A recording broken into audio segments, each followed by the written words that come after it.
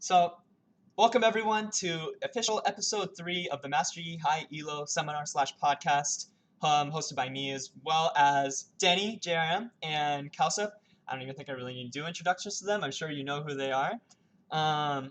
Let's see. Yeah, so also we won't be reading Twitch, or I'm not planning really on reading Twitch chat while the podcast is going until the very end, which we'll be doing when we'll be doing a Q&A, answering your questions that you have in the Twitch chat. But until then, notifications are off, so no follow, sub, anything, that's off. And then I won't be reading chat. So hang tight until the end. It'll be maybe about 2-ish hours, hopefully, maybe 3. I mean, honestly, I don't know. But yeah, so with that said, so we're all Master Yi High-Elo streamers and one tricks. I mean, I guess maybe Danny's maybe the least one trick of us. I see him playing other stuff more often. But yeah, for the most part, we're all High-Elo Master Yi one tricks. We all stream. You can find us all on Twitch here. Cowsep's also on Facebook, facebook.gg/Cowsep. On Twitter. I'm everywhere. He's everywhere, unfortunately. You can't escape him. He's on YouTube as well. Oh, he's just... You hear about Master Yi and Cowsep's always there. And I'll have you know, you can just call me D4Sep if you want to. I checked your accounts recently. Yeah, you've been having some trouble, I see. What's going on? Literally I can't get, like, it's like once you get out of D4, it's plus 11 minus 30. Like, I don't know what, I mean, I have a positive win rate this season. Like, most of my accounts are around 60 to 70%, and I literally cannot escape. There's no escape velocity. I do think that there's a little bit of, like, what do you call it? Like, MMR capping going on right now? Where you, like, can't... I'm rubber banded at this. I feel like I'm the same MMR as when the season started, and it's just not letting me move from there. Just on any of my accounts. It's really weird. Yeah, so it's not your fault, you know. It's definitely Riot's fault. Yeah. Let's just blame Riot. Yeah. It's always all I wanted to hear. Yeah. I don't know what the fuck's going on. Is anybody here higher MMR than they were at the beginning of, or at the end of last season? Have you managed to go more than one division past where you were last season? I did, but... What did you end last season? So my accounts both ended D3 last season. It was pretty are you D1? Are you D1 right now? Right now, my main's Master, and my Smurf is D1. What were your LP gains? So at the beginning of preseason, like the first 16 hours of it or something, there was an LP bug where you're getting plus 30 per win. So that's when my main shot up really fast. And then my Smurf, I've just been playing on it a lot, so it's D1 now just naturally, but yeah. Did you use the bug on your Smurf? No. I didn't use the bug on my Smurf. I just played a lot on it. So what's your Smurf LP gains? I played a game today, I got plus 15. Not that great, but not horrible.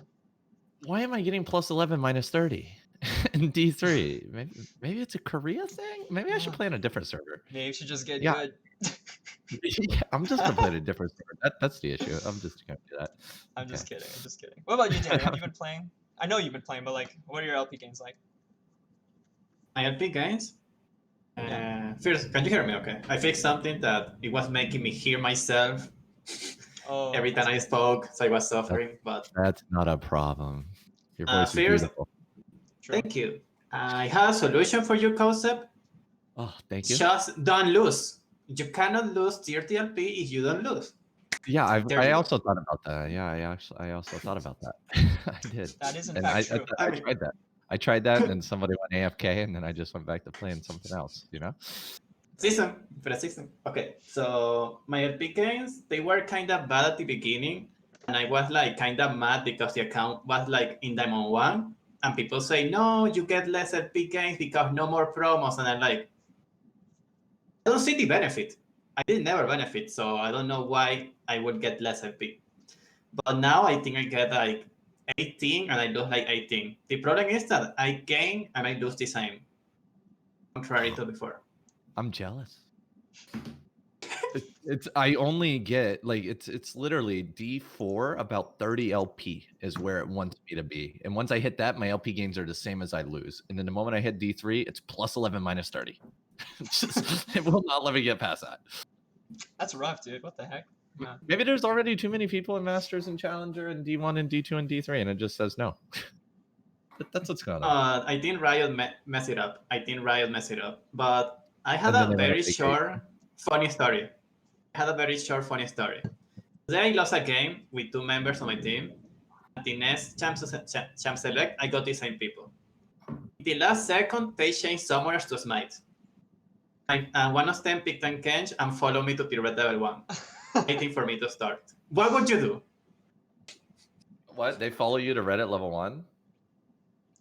With double smite. Like, with they double changed smite to last, in the last second.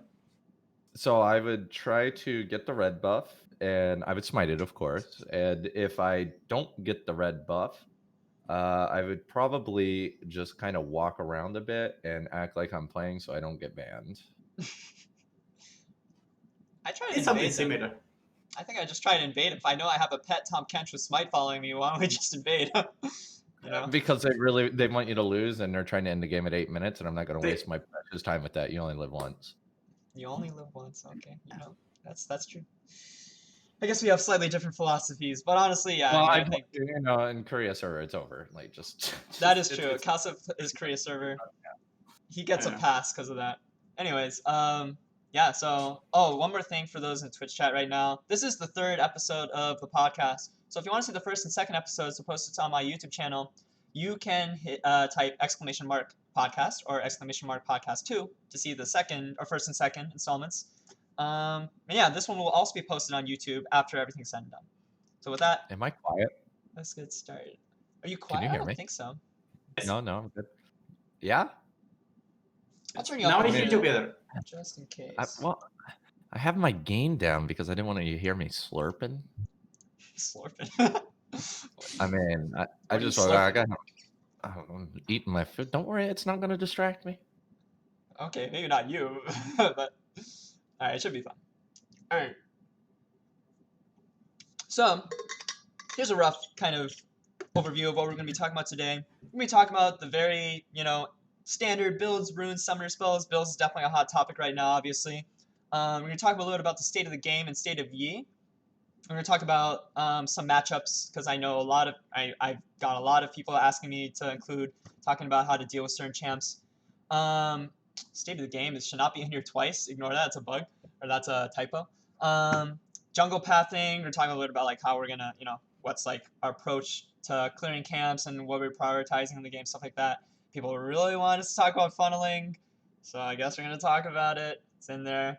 We'll see how that goes. And then we'll answer a few kind of random questions that I've gotten from people on Reddit, Discord, etc. And then we'll get to the Q&A. So that's what we got today. Okie dokie. So, builds. This is definitely probably the most, what people are mostly here for, I'm guessing. They really want to know what everyone's opinion on the builds are. Now, Cowsep has released a guide on this, which I kind of Oh, damn it. transcribed. It's a little outdated already.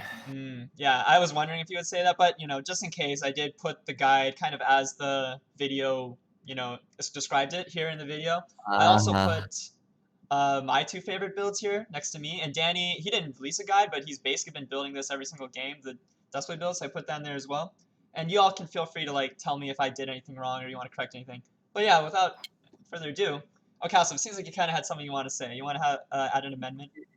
Yeah. So the current, wow, you guys are building Hydra? I don't even know what the hell why do you want Hydra?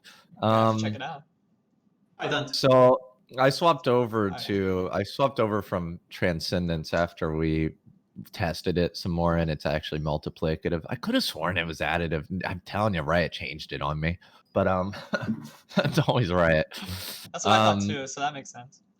Yeah, I was using it, and we were testing it. We were testing it in games, not in practice. And I'm like, damn, it's taking it all the way down to less than a second. It obviously works.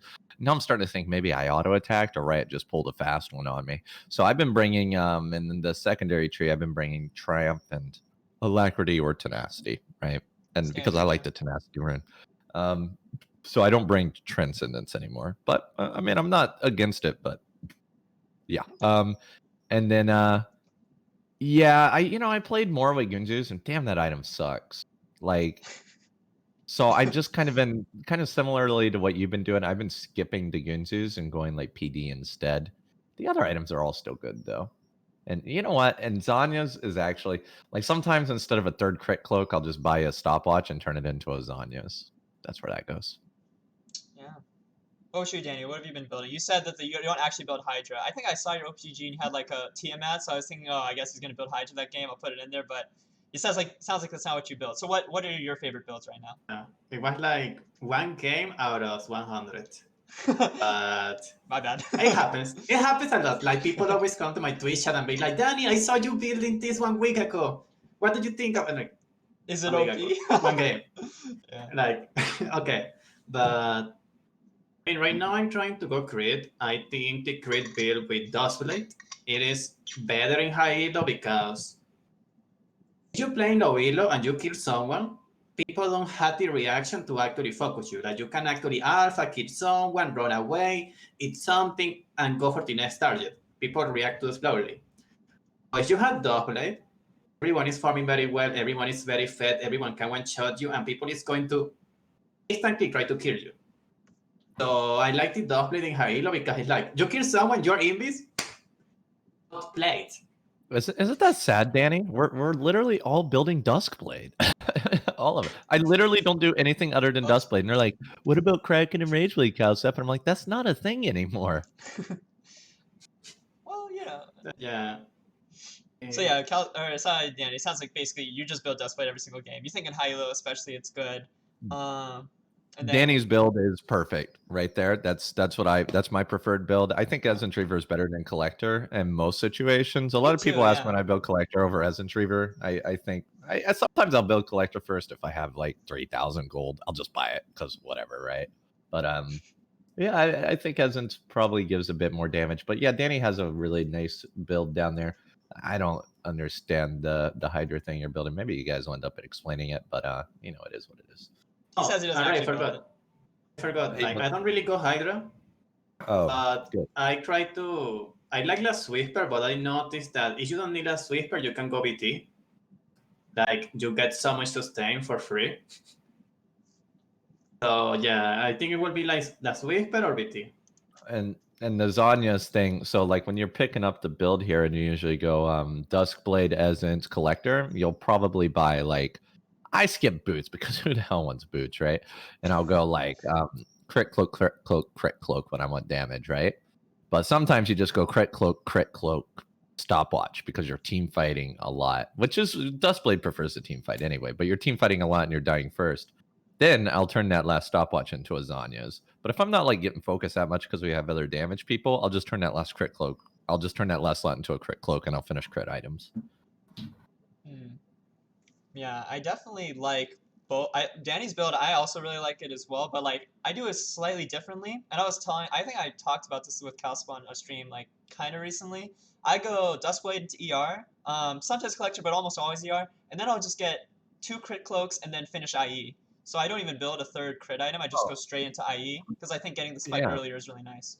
Yeah. I think I was doing that 2 nights ago. I don't know. My time just flies by. Hey, I'm looking through my 15-minute games right now. Yeah, I could have sworn I did this last night, or sorry, 2 nights ago. Yeah, so you get the double crit cloak. Yeah, you get the double crit cloak and the IE burst. Yeah, that's something I like to do as well. That's pretty good too. Yeah, it's really worked well for me whenever I did it. Instead of like you just build 1,200 gold, or instead of building like a third crit item, you just spend 1,200 gold and 2 cloaks and then build IE. Yeah, and you're not losing. Yeah, you're not really losing anything either because you get 70% crit instead of 60% crit, which just makes your IE more effective. And then you can even get a Navari after, which is what you're doing there. Except that random freaking Hydra, bro. I'm gonna go wiki that thing. Is that thing even cost efficient right now? I don't know, but okay. I don't know if I build it that often with Duskblade. I just think Hydra in general is like a really nice item for you. But we can talk about that more later. We don't need to sustain. What do you mean later? This is the build slide. True. You're right. That's actually a good point. But there's more like item related stuff to come. Oh, it is cost effective. It's really cost effective. What is it? It's 106%. Really? The Omnivamp's worth 700 gold on the wiki, which I would value Omnivamp more than that. So the cleave that you, for the cleave that you get. So even without the Omnivamp, it's like 98% effective without Omnivamp and the cleave and without the cleave. But I mean, the item's still expensive. It is, but It's the build pass just- is nice. And the ability Yeah. haste isn't worth as much because of Dustblade. I feel like if we are not tanky at all, there is no point to get sustain. Because it's not like before. Like before, we could actually go tank, start T5 1v5, and kill the front line, and then alpha, and then we hear like. But not right now. We get one shot. We had to go a different way. So it's like, okay, I can sustain, but what am I gonna sustain? I'm going to die in 0.5 seconds. So Yeah, I see your point there. There's definitely some truth to that, I think, as well. Let me ask this: what do you think is like your favorite build overall? Is it something that's up on here, or maybe something else? Like, what if you had to give your favorite build, or maybe your 2 favorite builds, if you really can't choose one? Don't all talk at the same time. I mean, there's not really. It's just you get Dustblade and the Essence Reaver, and then that's it. The game's over. Well, for Cowsep, yes. That's Wait, how it works are your over there. are your games not actually over? I mean, my I games thought it- don't. Yeah, Really? sometimes they last. Sometimes they can last pretty long, but yeah, for the most part, I think they're usually over by 25 minutes. Well, yeah, you usually get like 3 items max. But if you had to go like full build, I would say it's pretty much Dustblade Collector or Dustblade as Retriever or Collector or as Retriever. I mean, all these builds they're just situational. Like I build yours sometimes. I build Danny's. Well, Danny and me have the same one. I never build Kraken. Don't build Kraken. Sorry, boys. Really? Okay. Don't build Kraken. Because you're gonna get one shot. Like, what's the point? Like, why would you build a build that does less damage and takes longer to do damage? Because the Dustblade makes you team fight and do survivability. Okay. I forgot. For me, it's not about a favorite build. For me, it's more about everything that used to make on hit feel good is not there anymore. And right now, I can go Dustblade, Lethality item. I can go Collector, Lethality item, and Essence River, and I can solo the Baron. 3 items. So I don't need to go on hit to solo the Baron. And even with this build of Script, I can actually kill the tanks if I play it well. Like, it's kind of hard when they go armor and they are kind of bruiser, but I can still do it. But on hit, it doesn't really provide anything special. You need nerf with Sand, they nerf this dance. I already said, like people say, no, but this dance, I know, because now this dance is a counter. Any bruiser can go this dance and we get counter. So really, I like the crit build right now, but it's not that I like it, it's that it's the only good choice. But I feel disgusted. That I'm using an item with Nimbus. And I hate Nimbus. Like, Yeah, true. please remove Dogblade Nimbus and buff Ginso, because no one is using Ginso. That is all. I mean, not even Yi, and he's probably the best Ginzu's user. Yeah, it's interesting. Yeah, I agree with a lot of what you both have said so far. I do think the Dustblade. I think the Dustblade build with crit, it does feel the best, and it seems like the most OP build for you right now. It is kind of disgusting borderline. But at the same time, I can't say that I think Razeblade is totally dead. I agree, it feels really bad all the time. But I've started to like, it fell out of favor for me for a while. But then like I think the past couple of days I tried it a few more times and actually felt decent in the right games. When you really need to like deal with tanks basically, or really like there's just a lot of beefy people in enemy team, or if they have a lot of CC, you can't keep your PD stacks up. Maybe you want Rageblade instead. So yeah, I actually still like the Kraken Rageblade build against. Wait. Who buys Phantom Dancer? Oh, I buy wrong Phantom with you? Dancer. I buy Phantom Dancer most of my games. When I wrong go with you? Kraken. What's wrong with it? Yeah. Well, if you look at actual DPS, and I tried to test this in practice tool, Phantom Dancer. Well, I mean, of course, you have more DPS over time, but I mean, Yeah. like you want to one-shot people in chain alphas, not just sit there and smack one guy. Exactly, and that's why I usually go PD. But in games where they have like a lot of CC and they're super tanky, you're gonna be fighting for a long time. I think Rageblade actually is a little bit better. Just dodge those games. We're just trying to humor the E-mains here that want to know the answers. Just dodge the game. Well, people ask me about like killing tanks and stuff, and it's just no. You just lose those games or you dodge those games. Really? Your team's not gonna. Yeah, your team's not gonna do any damage. You're not gonna do any damage. Your team's gonna be worthless. I just dodge. That is true. However, I do think killing tanks, especially with Lethal Tempo Kraken, like even if you get PD and Rage Blade together, like you can definitely kill tanks with that setup. I lost to a Malphite the other day with the Rage Blade build, and I swore off that build. Was it Conqueror? The moment I lost, Yep, I lost. Well, really? I don't know, maybe not. PD, though. Huh? I mean, when I lost to that Malphite, I mean, yeah, he was a little bit fed. Like he had like 7 kills, but it was like mid game, like 4 items, 3 items. When like you used to beat Malphite with after 2 items, right?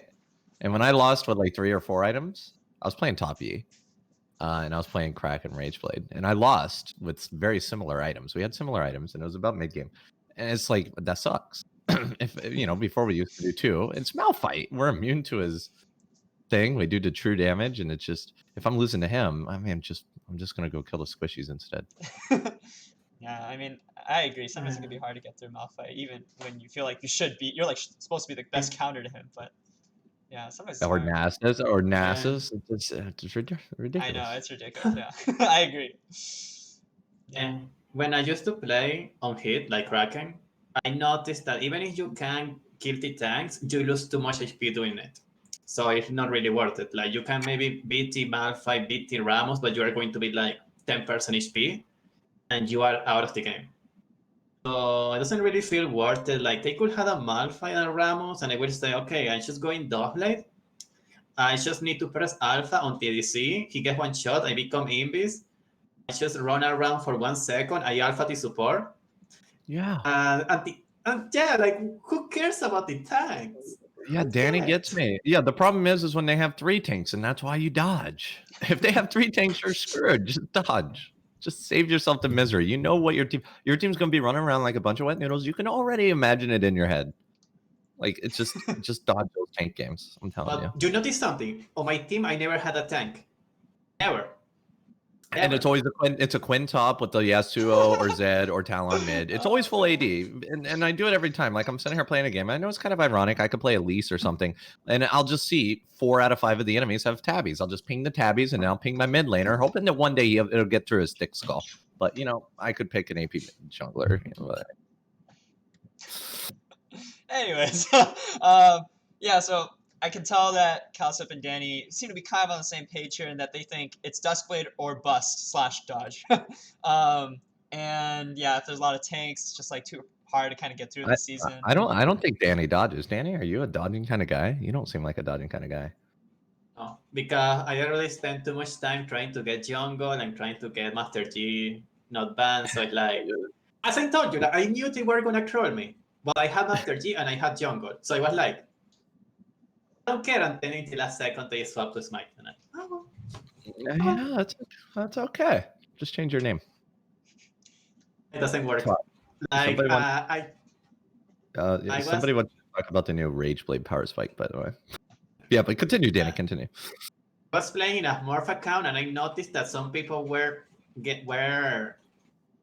going into Smurf to get against me or with me. I was like, am I actually being sniped in silver because of the Smurf queue? A random name? Smurf queue's no bueno. No bueno. Yeah. It's rough. Well, yeah. Yeah, I mean, yeah, again, I hear what a lot of you two are saying, and I agree with it to some extent. I can see like where you're coming from. But I'd also be lying if I said I didn't find like actually a decent amount of success with the Kraken build, with Lethal Tempo and PD especially. And then yeah, Rage Blade against tanks. Like, I mean, you can just check. My account I play on is Wuju Senshi on NN. That's what I've been playing mostly on. You can see like I had like a pretty good streak of games recently too. So it's been working for me. That said, that doesn't mean it's gonna work for everyone, and there's personal preference involved. I'm having a pretty good streak of games, 38% win rate past 10. Okay. Wait, really? Does it say 38%? Yeah, but they're normal game. Why are you playing normal game? But your last ranked game was a month ago. No, that's my main. That's my main. I've been playing on my Smurf, which is you have a negative win rate with Masters, man. I'm tilted. I'm so tilted. Okay, how do I spell your Smurf? Shh. No, I don't. I don't have a negative win rate. No one heard that. Okay, how do I spell your Smurf? It's Uwu instead of Wuju Senshi. Oh my god, you're a weeb. I like it. Hey man, okay, I'm just true to who I am. Okay, yeah, you got a streak. Okay, 70% recent. Yeah, that's a good streak. But it's a personal preference. So I'm just saying, I think it's not out of the And you question. run Ghost. Are we gonna be talking about summoner spells? We will. We've been talking about it for this build side for a while. I don't know if you have anything else to add to this side before we move on. Duskblade Life. Duskblade Life, Cowsep once again. It's getting nerfed though, so who knows? I really don't think it's gonna matter, but like the damage, or they're nerfing the damage by like what?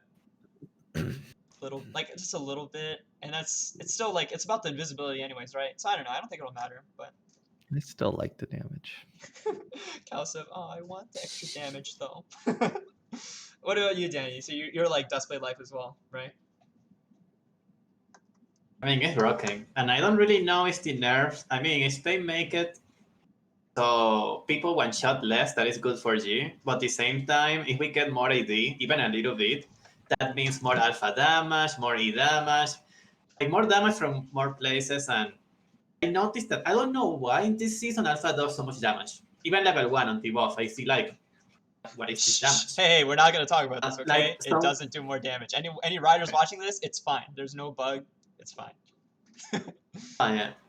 Yeah, but it's like I noticed that some people were saying, I think the admin or moderator from Gmo, no, the bug is gone. Like you can alpha the camps without having to attack it first. No, you do so much damage that you feel like it's not bug, but it is a still bug. What, the alpha on the camps? Yeah. Yes. Yeah, it's like I don't even bother alphas or auto attacking anymore. You almost one shot the crab. I like it. Yeah. I like it. I like it. I like it. My alpha does something.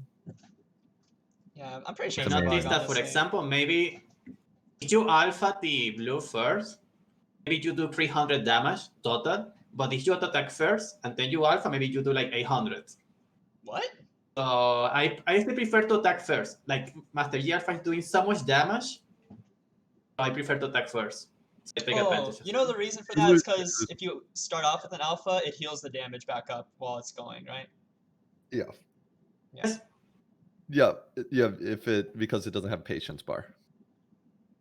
I don't know why it works that way, but that's how it does. You have to like be in combat with it first or something, and then you alpha, and it won't heal. Also, I know it's irrelevant to this slide, but it wasn't until like I don't know, like 2 months ago that I realized that the extra hits of Alpha Strike applied the bonus damage to monsters. That took me way longer to realize than it should have. Wait, it does? I didn't even know that. Yeah, like how you get like 160 bonus damage to monsters or something? Yeah, each of those extra alpha bounces give you bonus damage to monsters, which is why you chunk dragon with Alpha Strike. Yeah. Oh. Yeah. I'm just sitting there, I'm like, oh, that explains it. Like even why my alpha does so much. Well, I guess even we're learning today. Maybe. I mean, go to practice tool and figure out if I'm wrong, because I was wrong about Transcendence, but I swear it looks like it does. Anyways, yeah, so they're clearly Cowsep Dani here. Clearly Duskblade Life. I mean, unless correct me if I'm wrong, seems like Duskblade Life. I think Duskblade's all super OP, but I think their Kraken does good too. Anyway. I'm going into practice tool while you guys get up there. I have one small question. Anyone here has tried God Drinker? Yeah, that was one of the first builds I tried. I tried that as well. Yeah, I gotta admit, I don't like it that much actually.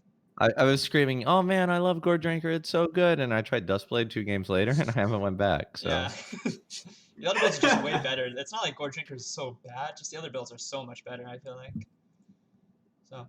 Yeah, it's just that whenever I see Olaf going 1v5, blocking God Drinker and healing all his HP. Just like I want to do that too. I miss it. I tried it. It's not as easy as if being one of them. Yeah, we're no Olaf. Anyways. No, not Aatrox either. More Aatrox, yep. Let's move on here. So so we kind of talked about kind of some of our favorite items that we like to build. You saw it up there on the builds slide. There are definitely other items that Yi could build or has built in the past. So I want to have a little bit of a discussion about that. You'll see up here on the slides, there are items here that like you could see on Yi, or maybe you do even build them on Yi like somewhat often. But yeah, what do you think? Do you think any of these items are actually like, are any of them actually good on Yi? No. Or, no, you're gonna say no right off the bat, really? I can't see a single item there I would build. I mean, why are you building defense? Just like if you're building defense, you should have dodged. Okay, all right. That's how Cowsep thinks. All right. You know, I respect it. He knows what he's about. All right. So you don't think any of these items are viable on or like good on Yi basically ever? You wouldn't ever build these. A Navari maybe. Navari maybe. Okay. What about you? What about you, Danny? I mean, I could consider Navari. People always say, no, Navari is so good, Navari is so good, but in late game, I just affect Bane, I just press Alpha, and she died because of the Alpha damage one shot. I was like, I don't feel like I need to reset. Like, if I try auto attack, is dead. Like, I don't. It does apply the extra bonus damage, guys. I was correct. Isn't that insane? That's insane, isn't it? It is insane. I wonder if they like yeah, fixed that recently. Yeah, level 1. It says it does 25 damage at level 1. It's doing 83. Are you sure it's not bugged? It's bugged, I feel think. like it must be still bugged. Something like that. Maybe, I don't know. It's doing 83, 83, 83, 140.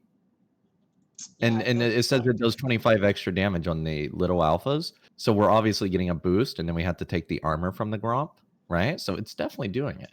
Okay, continue. Yeah, sometimes I consider Navari. I notice Manamune is actually awful. It takes so long to stack it. Alpha bounces, though. That's what I heard. I just don't like to play tank. And going tank was kind of broken, but not anymore. And I think I like Bloodthirsters, maybe as a last item. Like, having the sustain as a last item is kind of nice, to be honest. And it's also going to give you damage, secret, and it's a very expensive item. So if you can get an expensive item that gives you everything, I like it. But it almost never reaches that point. With Dustblade, with Dustblade. Right? Yeah. Indeed, yeah. But almost every other item feels irrelevant. I don't really know if that is me, but the bruiser item, like the Quicksilver for tanks, I tried to use it like 3 games in a row to stop CC, and it never worked. It never activates. It was like, wait, really? I'm doing something wrong. Because I had that same problem in a game. Yeah. Oh my god. The problem is because of knockups.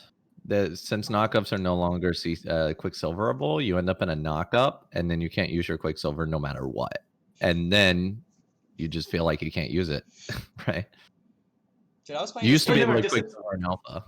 Yeah, I mean, yeah, I think they fixed that too. But I was playing this game against Rapoba and Yasuo Mo, and I had a Tark on my team, and it was like basically ended like a funnel game. I bought this item, and it didn't go off, and I tried to click into this crucial team fight. There was no knockups on the enemy team, by the way, and I lost because I couldn't get that item to go off at the crucial time. That was literally the difference between win and loss, because the item didn't work for me in that team fight. So I thought it was just me, but if it happened with you too, Danny, I wonder if it's actually bugged. Could be. It happened. It's like Quicksilver, right? Yeah. Because I had problems with Quicksilver not working for me. Really? And I just assumed it was because of knockups, because they removed the ability to Quicksilver knockups. So stupid, man. I feel like that was like not a problematic thing. I thought it was like a good skill expression thing to have in the game, but whatever. So yeah, I'm sad. But I mean, yeah, I guess I'll quickly give my thoughts on this too. I think some of these items, like, I think Navari, if you're going for a crit build that is against some tanks, right? Navari, you can actually get some value out of it. I agree, it's not really good if you're going for Dustblade build and you're going to one-shot squishies anyway. You're not going to actually get autos off to reset your abilities, like, you're killing them anyway. So yeah, I don't really... It's a pretty good last item, though. It's a pretty good last item. Because it's nice and expensive, gives you the stat you want, and you can easily solo baron with it because your E's always up. True, and it gives you haste, like 30 haste is a lot, so, you know, still nice. You just don't need it early game, I guess. A lot of the time. Yeah, and that's another thing when we're looking at the builds that we didn't really mention last slide. With mine and Danny's build, we have like 40 to 50% cooldown reduction. Yeah, the Dustblade build. Because the Dustblade gives ability haste, Essence gives ability haste, right? Like, all of that together gives you a lot of cooldown reduction that you normally wouldn't have in the older build. So you're always alpha striking, even if you're not getting that reset. It's true. Yeah, it's like something is kind of like, it's like, what's the word? Undervalued, or like it's like kind of... because cooldown's always been really great on Yi, but we never really look at cooldown on Yi. Exactly. Yeah. Right? And then when you get it, it just feels so nice. I always have my Highlander up for team fights now. Exactly, It that's used the to be, biggest thing. it would be like 10 seconds until my Highlander's up for a team fight, right? You guys know that feeling because you remember they did those nerfs years ago that I'm still feeling. It's like 10 seconds Highlander. And it's like, man, if they didn't nerf Master Yi, I would have Highlander right now. Yeah, and with this build, you always have Highlander up. You get your Qs up more simply. It's just cooldown's really great on Yi. I agree. But yeah, anyways, so end of our, I think it's decent. Also, blue smite or red smite? You didn't put that in the build. I did not, yeah. So I can just touch on that briefly. I go red smite every game, even in the Dustblade build, which I know most people go blue smite for that. But against champs where I actually feel like I need the blue smite, like if they're actually really mobile and fast, yeah, I'll take blue smite. But even if they're mobile and fast, I'll still sometimes take red smite if I feel like they actually are going to be doing a lot of damage to me. I feel like red smite is just my default for the most part. But yeah, what do you guys think? I was trying Red Smite a lot at the beginning. Now I try Blue Smite too. I think I like more Red Smite, but I think both can work with the crit build. So, like, if you go Dustblade, you want to go for the squishy people, but if you see the Ramos and he used the armor resistant ability, then you can actually go for him. You know, like there are moments on which you can actually get the tanks, you can get the bruisers. So if you have the Red Smite, you can actually do it in a very comfortable way. And Blue Smite is just like, oh, small, slow, and extra damage. But when you notice that with Dustblade you apply the slow, it's like you don't really need the Blue Smite that much. Yeah, I agree. What do you think, Cowsep? I mean, if you go collector, I think red smite's kind of fun actually. Because Ignite. the tick can proc the 5%, yeah. Yeah, you do ignite or the smite, and then you just have them pop off of the collector. But if I don't go collector first item, I pretty much always run blue smite. But I think red smite's okay. I mean, that's probably why I can't beat Nasus and Malphite. I don't have red smite. Yeah, I feel like red smite is just so. I feel like it's just so OP, especially for someone like Yi, and like it should, in my opinion, it's definitely my default red smite. Even if I'm going a crit build, most Yis take blue smite. But yeah, I love red smite even with that. Unless I really think I don't need it, like I'm not worried about anyone really outdueling me, but maybe they're too fast to catch up. Then I'll take blue smite. But red smite's my default. But yeah, I'm glad you brought that up, Cal. So it's a good thing to bring up because I'm sure people would wonder. But yeah, I think I agree that most of these items are not things that I would build back to the side. I do think if the freaking item actually works, Silver Weave, the QSS item that also gives tenacity after you use it, I think that would be such an OP item if it actually works.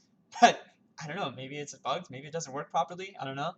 I also think, okay, I do want to highlight this though. I think Gargoyles is an item that I've been really wanting to test but haven't been able to as much as I'd want to. But a lot of people are saying it could be really OP because it's like one of the only dual resistance like items in the game left now.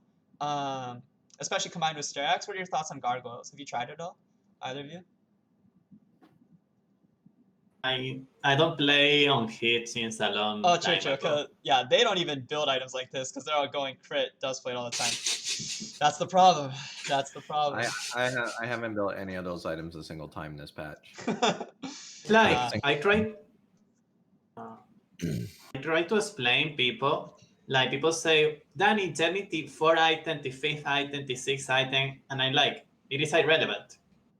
You only care about the 1st, 2nd, and 3rd item. Like, don't really care if the Stoneblade is good as the last item. Like, it doesn't affect my games. My team say surrender, not 7. Like, I had a game 8, 10, and my team wanted to open.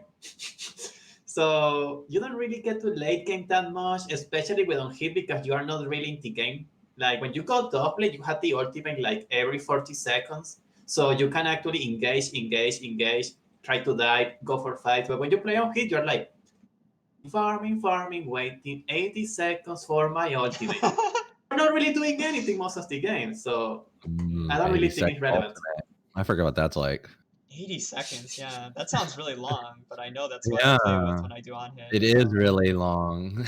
It is. It's like you're not a champion until you have that up. Damn. Oh, you're not, yeah. Again, and but you that's can't use why it to run away. Like sometimes you literally don't use it to run away because it's more important than flash. Yeah. That's true. I mean, again, I think Ghost though can kind of fill that gap a little bit. But anyway, I guess back to this topic about gargoyles. I feel like it is an item that if you're gonna go on hit, which these two don't go on hit anyway, so maybe this is irrelevant to them. It's relevant You to don't me go as on hit either. Well, yeah, I mean, I still do sometimes. Like, You build Ginzus? like again, I said only rarely. I do prefer PD Then most you of the don't time. build on hit. But it's like Like- even though it's PD, it's still like Kraken and Okay, then like okay. Wits End maybe. Is You know, Kraken on hit? Is Kraken on hit? it's kind of an on. It gives crit, but it's an on hit item basically. I mean, no, it's passive isn't on hit. Okay, I mean, you know, I consider It doesn't I know, benefit from Gintu's Rage Blade. it does I mean, though. yeah. It does. You get to stacks faster to the next proc. Well, I mean, you get faster double strike stacks, but it actually doesn't benefit Kraken because Kraken doesn't apply as an on hit. Wait, are you sure? I thought the like stacks until the next Kraken proc. Like if your Rage Blade goes off, it gives you 2 stacks instead of 1 to the next Kraken proc. You know what I mean? I'm fairly sure it doesn't. You know what? I'll go into practice tool. Danny, do you know? I mean, I'm gonna say, to be honest, I never felt it. Like, I could feel like I will get stacks faster with double strike, but I never felt like, okay, I had Gin, so now it's faster. I never had that feeling. I'm fairly sure that it does not apply as an on hit here. So Yeah. when you're saying you're going on hit build, you're actually incorrect. You're going a crit build. Okay. You're still going crit. I guess we're talking about semantics. All right, you know what? Fine, you got. Maybe you're right. I mean, honestly, I'm not 100% sure. They're not wrong. Like your chat's not wrong. It gives more double strikes. Yes. So you do proc it faster, but the actual on hit component of Kraken, if you're not Master Yi, does not go up. All right, maybe They you know what, they maybe actually you're right. they apparently I think they removed the ability of it. Oh, there's actually somebody says it's in the wiki of Kraken. I'll do the wiki before I do the game here. I'll get back to you. Continue. Sure. Okay, but yeah, I just want to say I think Gargoyles, especially with combined with Strax, I personally think it has a lot of potential against comps where like they have a lot of CC and a lot of burst, and you want to have Strax combined with the Gargoyles to survive like, you know, AD and AP magic or AP damage coming at you while you're CC'd, and all 5 of them are on you. You know, you're knocked up, you're taking tons of damage. Like, I think Gargoyle Strax combined could be really nice in helping you survive that burst and then be able to pop up after. So I think it has potential, though I haven't actually, to be fair, haven't tested it much because my game's always done before I can build it. Okay, so the wiki literally says it does not work with Gundu's Rage Blade. At all. Really? It says this specifically does not interact with Guntu's Rage Blade's Phantom Hit. So you're not playing on hit, sir. Damn. All right, you know what? That's all she wrote. I guess you're right. I'm not playing on hit. You're literally playing crit. Are you building Wits End and stuff? Yeah, I mean, sometimes I'll go Wits End after PD and like, you know, Hydra, I don't know, stuff like that. Well, Hydra's not really on hit either, is it? I mean, it kind of is, right? Okay, you know, this is honestly just a bunch of semantics. Like, who cares about it? You play crit Yi, sir. All right, fine. I play crit Yi, sure. I mean, I definitely like crit Yi the most, honestly.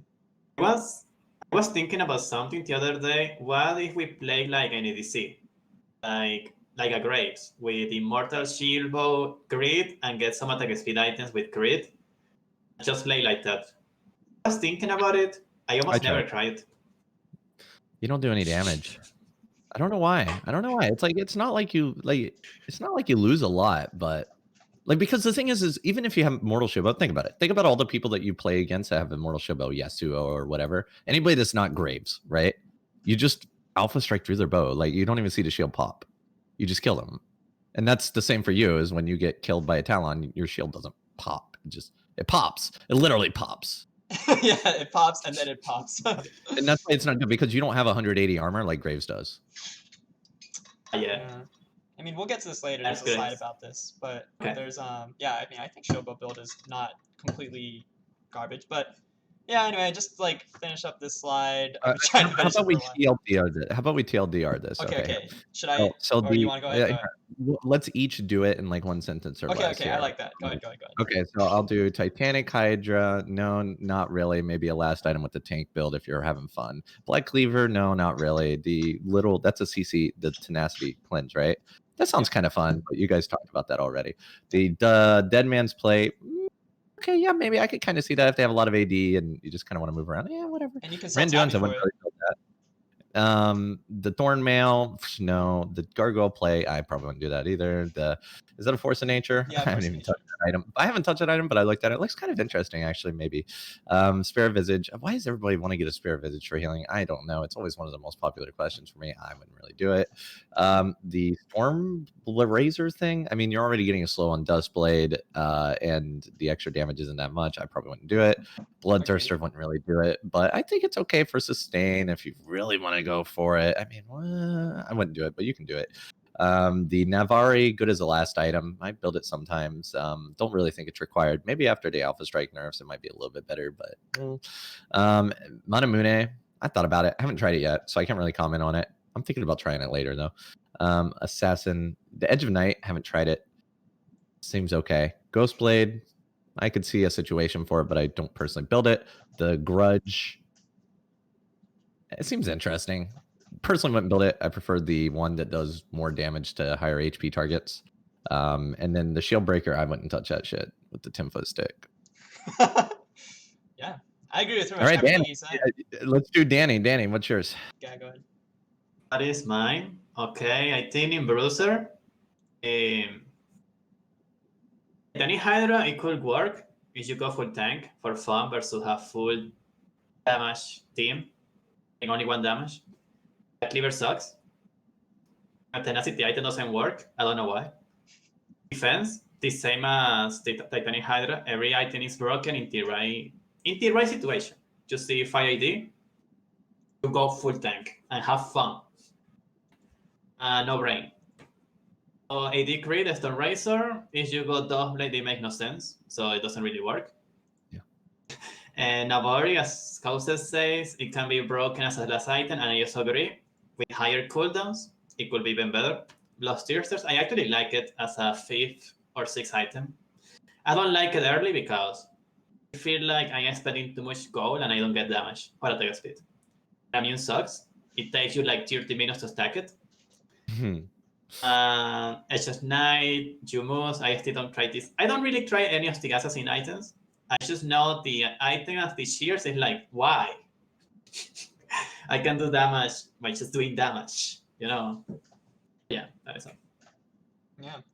Again, I pretty much agree with everything. I will say that I think Force of Nature and Spirit Visage are actually pretty good with like an on-hit Yi game where you get a lot of AP. Force of Nature gives like 80 MR once it's fully stacked. It's pretty good. And also like 30 movement speed, I think, as well. So underrated item, in my opinion. But yeah, situational. I already mentioned Gargoyles, I think, has potential. I think Storm Razor, like, some people put it in their crit builds, but I think it's just a worse ER. So, you know, that's how I feel about it. And then, yeah, Edge of Night. This is an interesting thing I want to mention. A lot of Korean Yis build this item. A lot of mid Dustblade Korean Yis build Edge of Night. Even like second item. There was even a Korean Yi in Season 10 who was rushing this item. First item. And I thought it was really interesting, and I've tried it in my games. There was games where I would go like Eclipse into Edge of Night, and those games felt really good, actually. But it doesn't like work all the time. But it's something I think has potential. So I'm not going to discount it. But yeah, for the most part, everything else, I'm not going to really build it. Maybe, okay, I'll say Randuin's and Deadman's. I think, you know, yeah, sometimes an on-hit build, you might take it. Randuin's feels worse than last season, I'll say that. Deadman's is like also something I maybe like sell Tabby for, but other than that, I pretty much agree with everything that Cowsep and Dani said. Let's move on. Okay, so alternative mythics. You know, we talked about, basically talking about Dustblade and then a little bit of my preference for Kraken. Other than that, is there anything else that's really viable? We've talked about Shield a little bit. There's, you know, Gorge Drinker as well. What do you guys think? Do you think any of these other mythic items, aside from Kraken, Dustblade, is viable? Well, since we're dragging on and being a little slow, let me do what I did in the last slide. You know, just getting through it. So I tried Gale Force. It's okay, whatever. I'm not going to ever build it again, but it's kind of funny. Shield Bow, we get popped anyway. What's the point? Might as well one-shot somebody. Eclipse, I haven't tried it since it got nerfed on PvE. It was overpowered. It was pretty good then. I feel like it's just a worse Dustblade. Gore Drinker, I tried it. We don't quite have the healing that the other champions do, so I don't think it's quite as good. Prowler's Blade, I haven't tried it, but it seems like a better version of Gale Force. Not really too interested in it, but I might try it later. Trinity Force felt okay. I'm not really against building Trinity Force. You can try it if you want. The Divine Thunder, I tried that, and it's whatever. I mean, might as well just build Dustblade, please. Some Fire is fun. I mean, I've built that a few times, and it's okay. I don't even know what that last item is, so it sucks. It's Chem Tank, the one that gives you tenacity. And it's like a Sucks. righteous glory. Sucks. Okay. What do you think, Danny? You mentioned Gale shield Force. In Gale Force, I try it, but I don't like to press keys. I just like to alpha, not to attack, so it kind of sucks because I don't like to press keys, okay? Shield Bow, I don't really think it's that good on G. I wouldn't really build it, but I have my advice. Try to make sure to check if the enemy team has it, because you are going to let a lot of people survive and kill you because you don't remember they had the shield, okay? Eclipse, why Eclipse when you can go Doublet? Everything I'm gonna say. Drinker, I still don't try it. It looks like it could be fun, but maybe it doesn't really work on Master Yi. Prowler's Claw looks fun in champions like Nocturne and Rek'Sai, but in Master Yi is like, I still don't try it, but I don't know, it's kind of awkward. It could work, but it's the same thing. Like, these items, they feel like you need to play a lot to learn them. And you have to also press another key. It requires more focus, and I don't have that. Trinity Force, I played with Trinity Force like 1 month ago, I think. It was kind of fun, but not enough. Other item for Nasus, I don't even know what it does, to be honest. I don't really care. Stonefire, it was very fun with Tanky G. And the other item that looks like Nautilus, I don't really know anyone who builds that item. So yeah. All right. Fair enough. So I think Gale Force is a very interesting item. I think it's an item that like a lot of champs who can use it well have been abusing lately, like 80 carries, and Graves, stuff like that. The active does a surprising amount of damage if you use it when that target's low, and the dash is also pretty big. So I think if there's a game where like you don't need extra damage from Kraken or Dustblade, like maybe it's like against a Nidalee or something, and you just want to stick to them, I think Gale Force is actually viable. And taking it with Ghost, there was a game I took it with like PD and Ghost, and I was like the fastest champ in the game by like 10 times over. So it was pretty fun.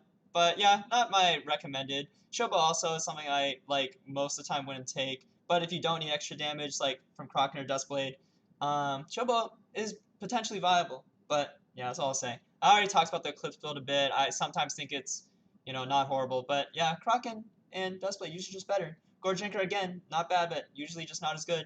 Prowler has potential. I haven't tested really yet, but yeah, it's probably not as good as just like the other Mythics. I also think Triforce, Divine Cinder, Sunfire, the Nautilus item. I think all those are also pretty awful. But I think it would be fun to go a tank build with the Nautilus Chem Tank item where you get a lot of tenacity and get Righteous Glory. I think that'd be fun, but maybe not necessarily viable for your ranked games. Anyway, Cowsep's fading on us. I feel bad. I don't want him to fall asleep on us. So, Oh no, I slept like 11 hours. It's fine. Oh really? Okay. Well, anyway, either way, we don't want it to end up being like a 10-hour long podcast. So we will touch briefly on runes. So I know some people still are really diehard Conqueror fans. Some people are Lethal Temple fans, and then some people are not even. Some people are just Dustblade camped, right? Like you two here. You're probably taking Halo Blades every game, right? So I guess yeah. Since you both are Dustblade users, what do you think is the best rune for Dustblade? Is it always Halo Blades? Everdark Harvest? You can start this one, Danny. I'd like to go Halo Blades with Raven Hunter and just triumph with Alacrity. And like, Tenacity is fun, but you can feel the lack of attack speed. That is why I also go Berserkers. But I think Halo Blades is kind of good. Maybe the tempo with Blue Smite will work, but just Halo Blades does the work with this build. And from hit, I notice Conquerors is very bad, so you can just go little tempo and proc attacking more often, since Ginso does nothing. But yeah, that is my opinion. Go ahead, Cowsep. What? Like, are you? Hello, are you there? Are you? Halo Blades? I thought there were a lot more runes in that, but. I mean, we're not gonna go over all of that. I mean. Oh. No. Unless you want I mean, to, you can. I mean, I don't think you're ever gonna make lethal tempo work. You're trying to make the Yi people build lethal tempo. You're never gonna be the top of U.GG, buddy. That's what I think about lethal tempo. Conqueror. Can't go wrong with Conqueror, I guess. I mean, if you're not going like one-shot build, you can't go wrong with Conqueror. Isn't it kind of funny though? Why would you want to go Conqueror when you can just one-shot people? But okay, anyway. Dark Harvest is something I'll play when I'm playing in high ping environments, because you don't want to auto attack in high ping environments, because then when your Hail of Blades wears off, it's really weird, right? And so I'll run that whenever I'm playing high ping, or if I just don't want to think, because you actually have to think about Hail of Blades and how it works to get the autos off. And then Hail of Blades right now is pretty much the standard. I was playing Dark Harvest before Hail of Blades. My viewers yelled at me. I tried Hail of Blades. They were right.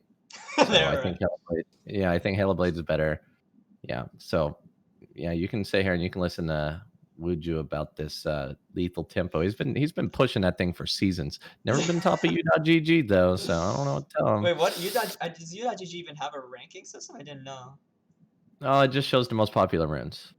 I see. Okay. Well, okay. What's most popular? Like, I feel like for as long as I can remember, the most popular things on like U.GG and even OPGG, it's like not what the one tricks know is best. You know, like there was a period where Dark Harvest Yi was best, right, on OPGG. No. It depends on if you're looking at Diamond or Platinum Plus and stuff. So right now, Platinum Plus worldwide is Hail of Blades,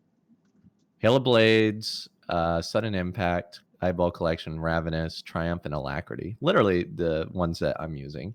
And if you're in NA, it's the same, and if you're in Korea, it's the same. If we look back a patch before people figured it out, it's also the same. And if we look back another patch, it was Conqueror. It was Conqueror 2 patches ago. So yeah, that's just the most popular.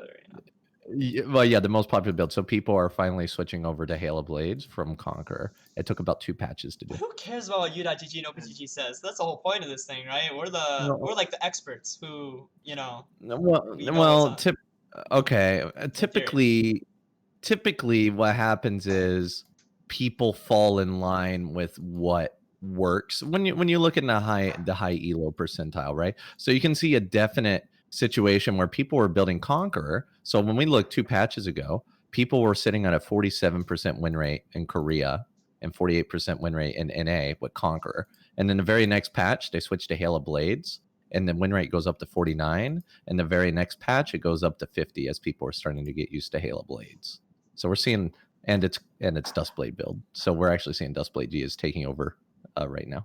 Yeah, I mean, I totally, even in spite of me like harping on lethal tempo all the time, I did say that I think the Hail of Blades, Dustblade, Crit Yi build is the most like OP like version of him right now, just because of the build, the crit items in Dustblade. I just think it's the items mainly. You want to know what's interesting though? So there's twice as many games in Korea as NA, which makes sense because Korea has twice the population and way less ban rate. But in NA, the number 1 build in NA is Hail of Blades with Kraken Slayer into Essence Reaver. And the number 1 build in Korea is, guess. It's probably like Collector with Dustblade, right? Yeah. Yep. Exactly. Yeah. So the builds between regions also vary quite significantly as well. And the win rates, we're sitting at about a 48% win rate, and we're getting a nerf next patch. Can't wait. Korea makes sense because it's 2 lethality items at the beginning. Yeah, because you want to end the game quickly in Korea. But I have something to say about the tempo. Like, we underestimated how bad the Conqueror Nerf is. But also, it's like, I feel like it is different. Before we had like 140 AD late game, and we did damage because of the hit effects. So having like 20 extra AD, 30 extra AD from Conqueror, it felt very nice. Because we had too little. It was like 30% increase. Something like that, maybe 20. But right now, you have so much AD, you have crit chance, which is going to work with the AD, that getting a little bit of extra AD from Conqueror, it doesn't feel like anything. It doesn't really feel like it is increasing your damage that much. But when you go lethal tempo and you have this new alpha strike that I don't know why it does so much damage. Lethal tempo with the new alpha strike and with more AD and crit, just feels better. noticed. Like I tried it, but I know Cowsep wants to play Dobre, so he's probably not going to notice. One day I'll But- convince you, but Wait, what? The AD or whatever, the extra AD? Huh? Sorry, No, I'm maybe. a what? That if you play on hit, it feels Mhm. better with Lethal Tempo. And Crack. I mean, if you play Oh. Crack, it feels better with Lethal Tempo. I'll try on hit later when I plan to play again, like in a day or two. I'll try lethal tempo and give it a shot. I just want to bring up another interesting fact, like that I'm watching the OP.GG, right? We're talking about. Are we gonna talk about those Yi nerfs? yeah, it's coming. Man, You can touch on okay. it now if you want. Okay, yeah. So actually, a lot of people probably wonder why Yi's going to be getting nerfed, and it's pretty much already confirmed that the Yi nerfs are because of his power and lower elo. I mean, it's no course. surprise, right? Always. So I'm looking at here. I wish you had a slide or something for this. I'm pulling from U.GG right now, right?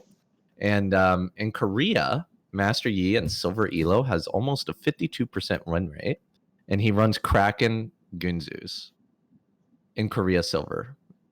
And in NA, he has a 54% win rate and a 40% ban rate, by the way. That's insane. Yep. And guess what he builds?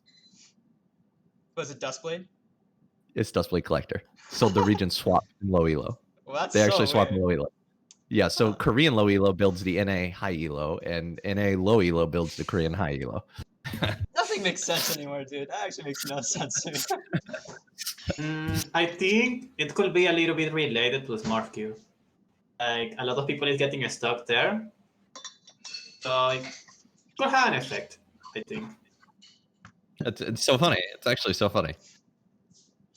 Yeah, I that makes no sense to me. Anyways, yeah, I mean, I agree with Danny. What Danny said. I think Lethal Tempo felt surprisingly good with on hit. I really thought it wouldn't be. On hit or crit. Okay, sorry, Cowsep. It's crit / on hit, whatever. Like call it crit. If it's Kraken, PD, sure, it's crit. But yeah, Lethal Tempo feels surprisingly good with it. Conqueror, like because we have so much more AD in our builds anyway, the Conqueror increase in our AD is not much, and we lost the healing, like almost half the healing now with Conqueror. So yeah, Lethal Tempo is definitely the way to go. I don't take Conqueror ever, even with the on hit build. So I like that a lot. And then yeah, I think with the Dustblade build, it's always Halo Blades, Dark Harvest. I tried it a few times. It really didn't feel that good. I hear if you have horrible ping, House was saying Dark Harvest is like easier. Probably true. And I don't think it's bad. I just think Halo Blades is way more consistent. It's because you have to weave the autos in high ping. It's just not easy to go from high attack speed to low attack speed in an instant, right? And did we touch on the Transcendence and the Nimbus Cloak? Yeah, so I have it there in the bottom right. I know that's something you're kind of popularizing now with that guide. However, you said now it might not be the case, right? Yeah, it looks like the Transcendence is multiplicative. I think you can still run it if you really want to, but I'm going to be switching over to Triumph. Well, I switched over a while ago. Yeah, I feel like if you're going the Dustblade build, having the alacrity, the 30% attack speed, actually matters. Like you'll feel it a lot, right? Oh yeah. Like, and also when we didn't touch into builds again. So a lot of times I'll rush Berserker Greaves immediately after Dustblade or immediately before Dustblade. Yeah, I know Danny does that too, and I do that with Dustblade. Yeah. Yeah. Like you want to fight so much that being able to get to the fights is important. And the attack speed's great as well. Yeah. Exactly. You can build it. You can literally build it first item too. Yeah. Like you have Halo Blades, but if you don't have Berserkers and Alacrity, it really feels like the crit attacks, they are so low. But as soon as you have Berserkers, it feels almost instantly. So, yeah. Because we are wind up. Yeah, Alacrity is 18% attack speed, but you also get 12% from your minor runes. Oh, is it 18? Oh, yeah, okay, so it's 30% with the minor runes. Gotcha. Yeah. Yeah, so pretty important. I also know, like, some people ask about Bloodline. There was actually a period of time where I was thinking we'd run Bloodline after, like, healing was getting nerfed this season. So I was thinking, oh, we might take Bloodline. I don't take it anymore, ever. Ravenous is king. Exactly. Yeah. Again, I was really hoping that Ravenous would get a nerf, but nope, it's even more important than it ever has been.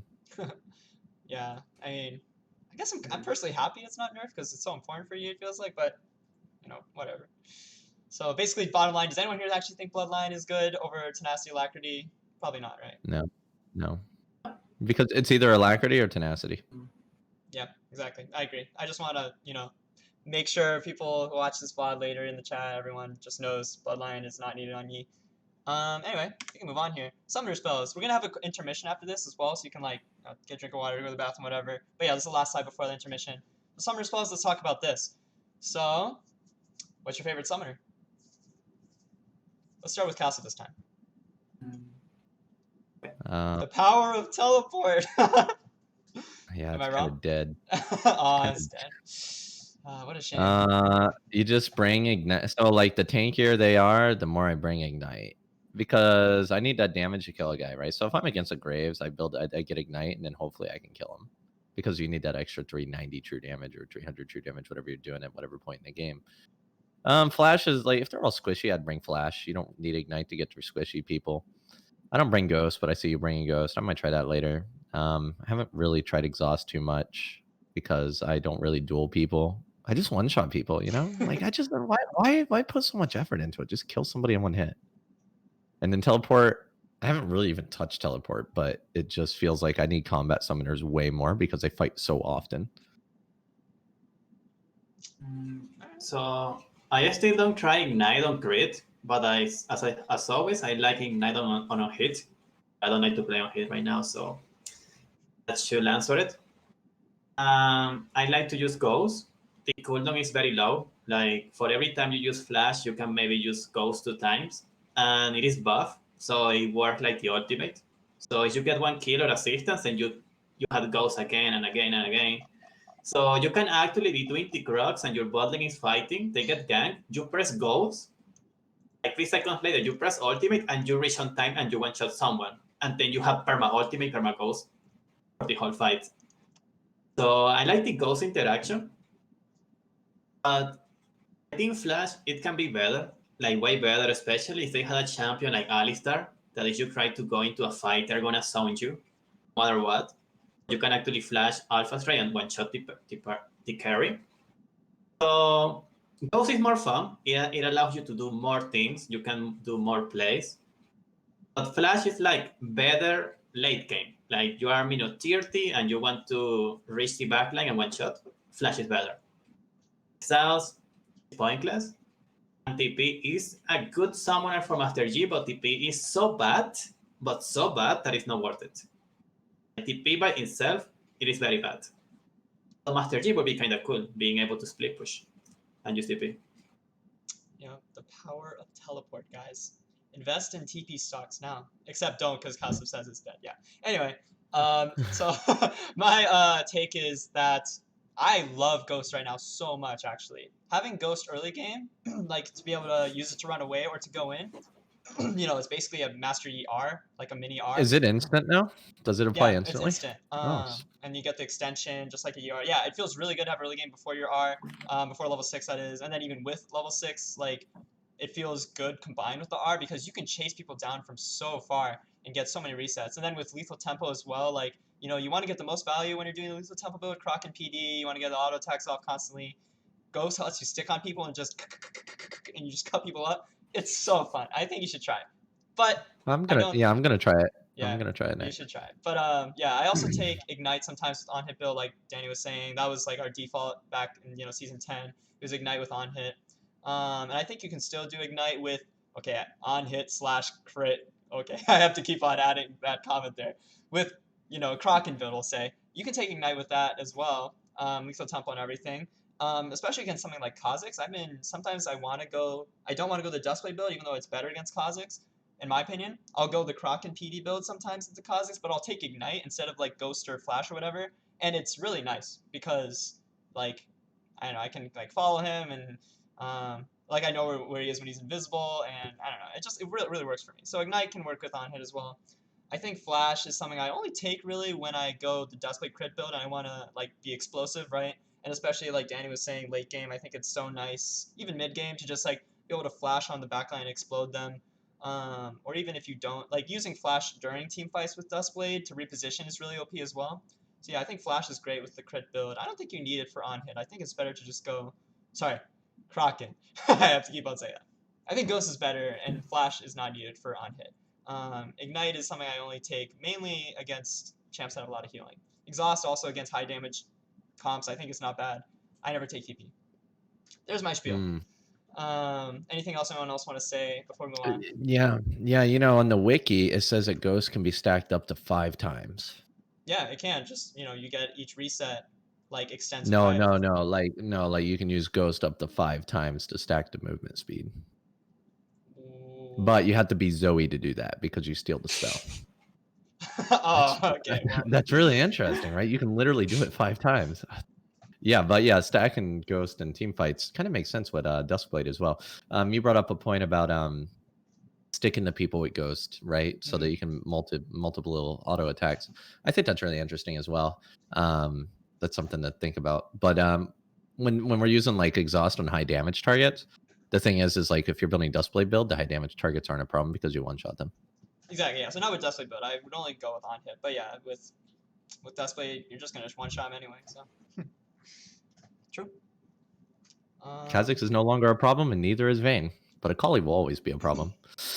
This is true. We have a matchup side that we're gonna like touch on that. But yeah, I agree with you that I think the Duskblade build is really our savior when it comes to these champs like Vayne and Kha'Zix that were so problematic for us before. Now we can just one-shot them before they one-shot us. Yeah. Sometimes. So if you cannot beat them, join them. Exactly. Yeah. Now we have invisibility. Yeah. So stupid, but it works. Yeah. Anything else before we move on? We're gonna have the intermission now. Bathroom break. I need to go to the bathroom really bad. Y'all should feel free to as well. Anyone in the chat? I ate during the thing. I'm good. All right.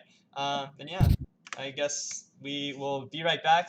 Intermission. We'll be back in about 3 minutes. So sit tight.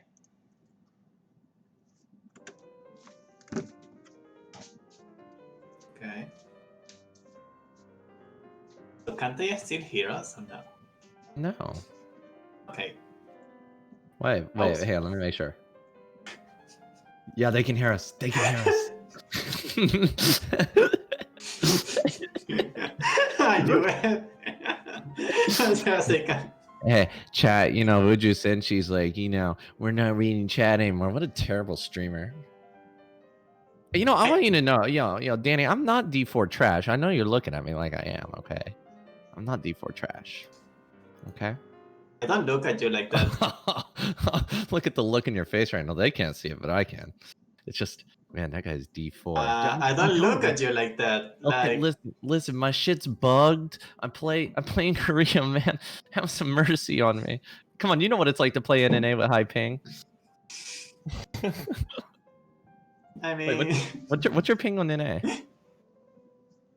Right now it is like 87. That's 87. not bad. That's about what I get in Vietnam. But the thing I hate about high elo though is like, so the moment you hit D2, your queues go to like 5 to 10 minutes. It's terrible. Except in Korea. In Korea, it's still 1 minute because everybody's quitting games and getting into new ones. But in any non-Korean region, it's like 5 to 10 minutes in D2 plus. It's just terrible. That's why D4 is great. It also depends of the hour. I noticed that in NA, if you play, at least right now, if you try to play during the day, afternoon, it will be like maybe 2 minutes. Really? So because when I play NA D4, and it's like 5 minutes for me. I think I know, but what was your win rate? It's like 48. This guy was flaming my main account win rate. Man. Hang on. Oh, it's 45. How many games? 33. But my Korean win rate until the past week was, I have 55 on Korea, and let me see, I had another one, and 54 on my other one. So like I actually have higher win rate in Korea because it's the ping, bro. It's the ping. Don't you have like 200 or 200 ping on NA? Or I've managed to get that down to 170. Does that even? I feel like it's almost the same at that point, right? But well, I think I could have a good time. I'm pretty sure I could have a good time on NA. I should play on NA more, but the ping, I just missed the ping. It's like I go on the NA. I'm like, I'm tired of Korea server. I hate this server. I go on NA and I'm sitting in queue for 5 minutes. I'm like, I kind of miss Korea, because I'd already be in a game. But I forget the part where I would be out of a game before I even get into an NA game. You can't win. There's always something that sucks. I think. Nay, I think you were playing at the morning. Well, Like usually for me, mhm. when I see you starting a stream, it is like 3 in the morning for me, or 4 in the morning. So maybe you decide to play an A at the hour on which everyone is either drunk, sleeping, or Maybe. so. Maybe that's the problem. Yeah, are we gonna be touching on those nerfs for Master Yi at all? Yeah, we are. I think it's the next slide, but yeah, we get to that. Great, we get to poop talk those silver players. It's Yeah, insane. it's all actually your insane. fault, Silver's in the chat. It's your fault. It's your fault. I recommend that you pull up u.gg while you're looking at the comparisons to give them a really nice visual. You can really see the difference between silver and diamond plus and the regions. Yeah, you should really. I really recommend that you bring it up and look at it. Let's pull to it really up. help them visualize it. Yeah, Let's do it because right like if now you during the oops, there it is, intermission. you can also probably do a difference between regions as well. What region do you play, by the way, Danny? LAS? LAN? Holy crap, LAN hates you more than LAS. Maybe like all DC games in LAN are you. I don't play in LAN since like 2 months ago. The queue times are too long. Like 1 hour, 2 hours. 1 hour? Oof. 2 hours? What? 2 hours. Yeah. That's ridiculous. What the heck? That's why you just gotta be D4, buddy. Yeah, just be D4 like Cowsep.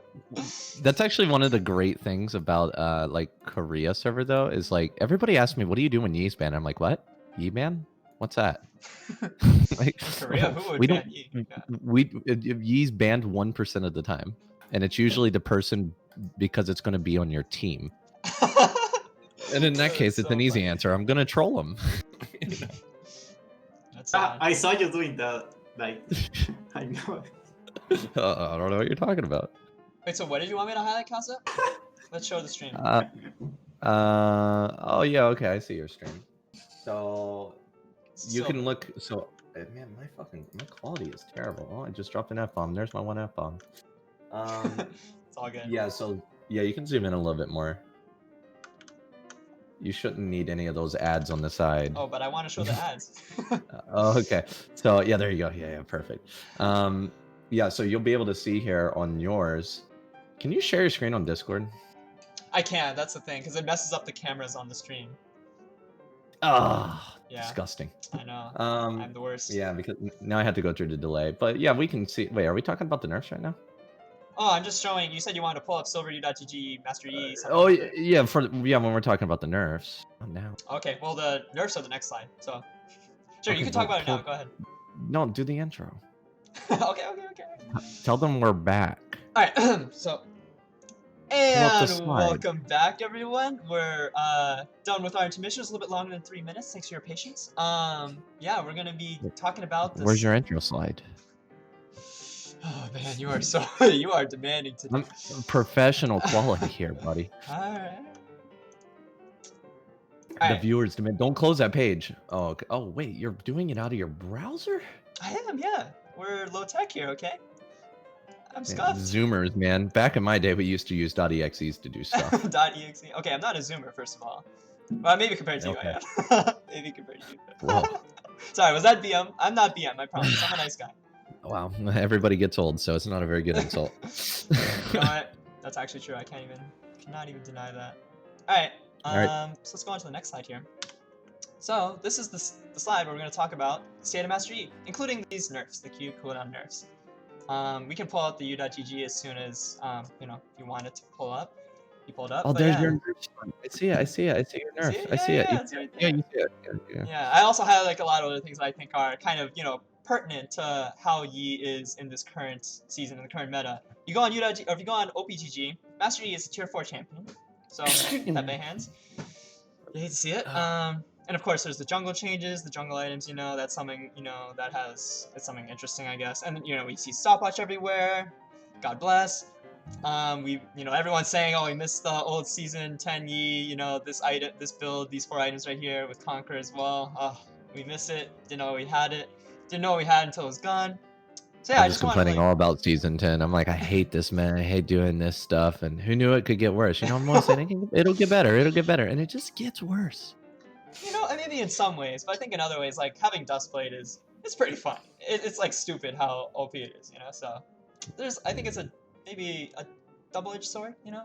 Not all. So, yeah. So as we get into this here, I recommend that we talk about the nerfs. So I do have some information about the whole what Riot's doing and how we're doing it or whatever. So the TLDR is that they're okay with Zhonya's being the only armor item. So we're gonna have a shit ton of Zhonya's in our life, okay? Yeah. And we're probably not gonna see a more expensive Zhonya's.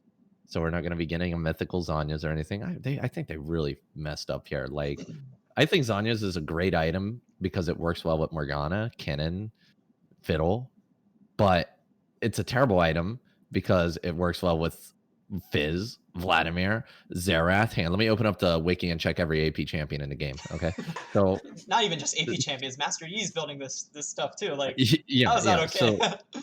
So the problem is like people think I'm unreasonable. I like to think that I am reasonable and I do understand people and I try to. Zhonya's is broken and people are like, well, how else am I supposed to deal with Master Yi or Kha'Zix? Well, then stop stepping out of position or, you know, like if a mage gets caught out, they should die, right? Just straight up, they should die. You should get punished for your mistakes, but Zhonya completely gets rid of that, right? So they really missed an opportunity to make it a mythical item so that the champions that need it build it and the champions that don't need it or can't build it, right? Unless they really wanted to be annoying. Like this is an item that if you want to be annoying on Fizz, you should be like, haha, I'm going mythical Zhonya's this game. But no, it's just meta, right? So yeah, so for the state of E, when it comes to Zhonya's, yeah, we're going to be dealing with it at least all season. And don't expect to see any other armor AP items. I don't know why.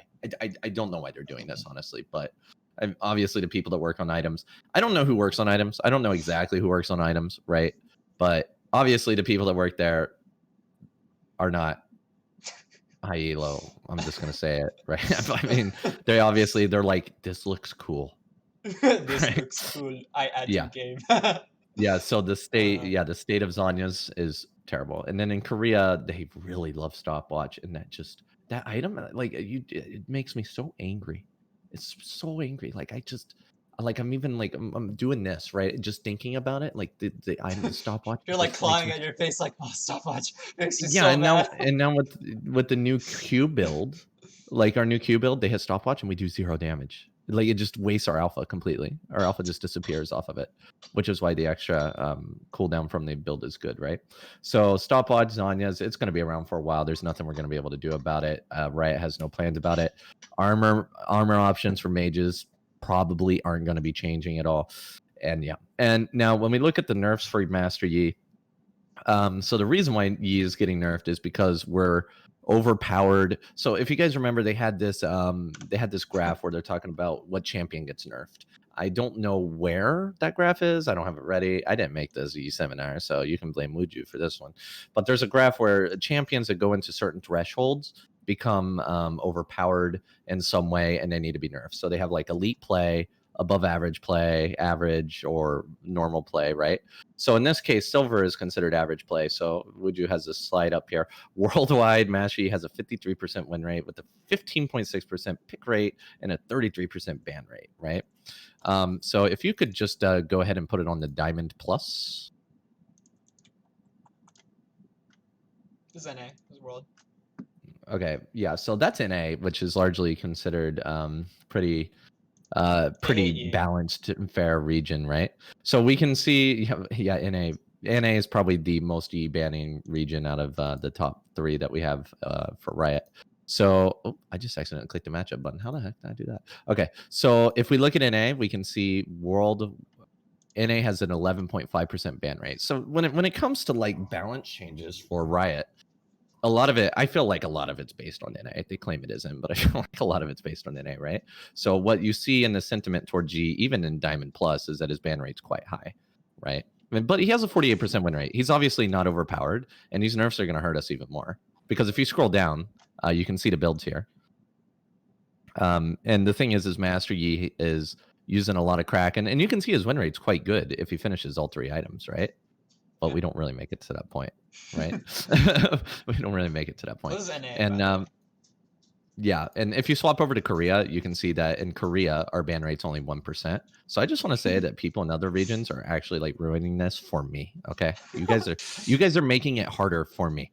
So I just want you guys to know that. But even if you swap over to silver in Korea, even in silver Korea, we still have a very similar ban rate to NA Diamond Plus. Yeah, so we got about a 15% ban rate here, and he has a 52% win rate. So when people are asking, well, why is G banned or why is G getting nerfed? Switch over to EU West. I think that's also a really good region. Why is he getting nerfed and blah, blah, blah. EU West Silver is running a 40% ban rate. Look at that, 40% ban rate in EU West, which is similar to NA, right? And NA and EU West are very similar in terms of this pick rate.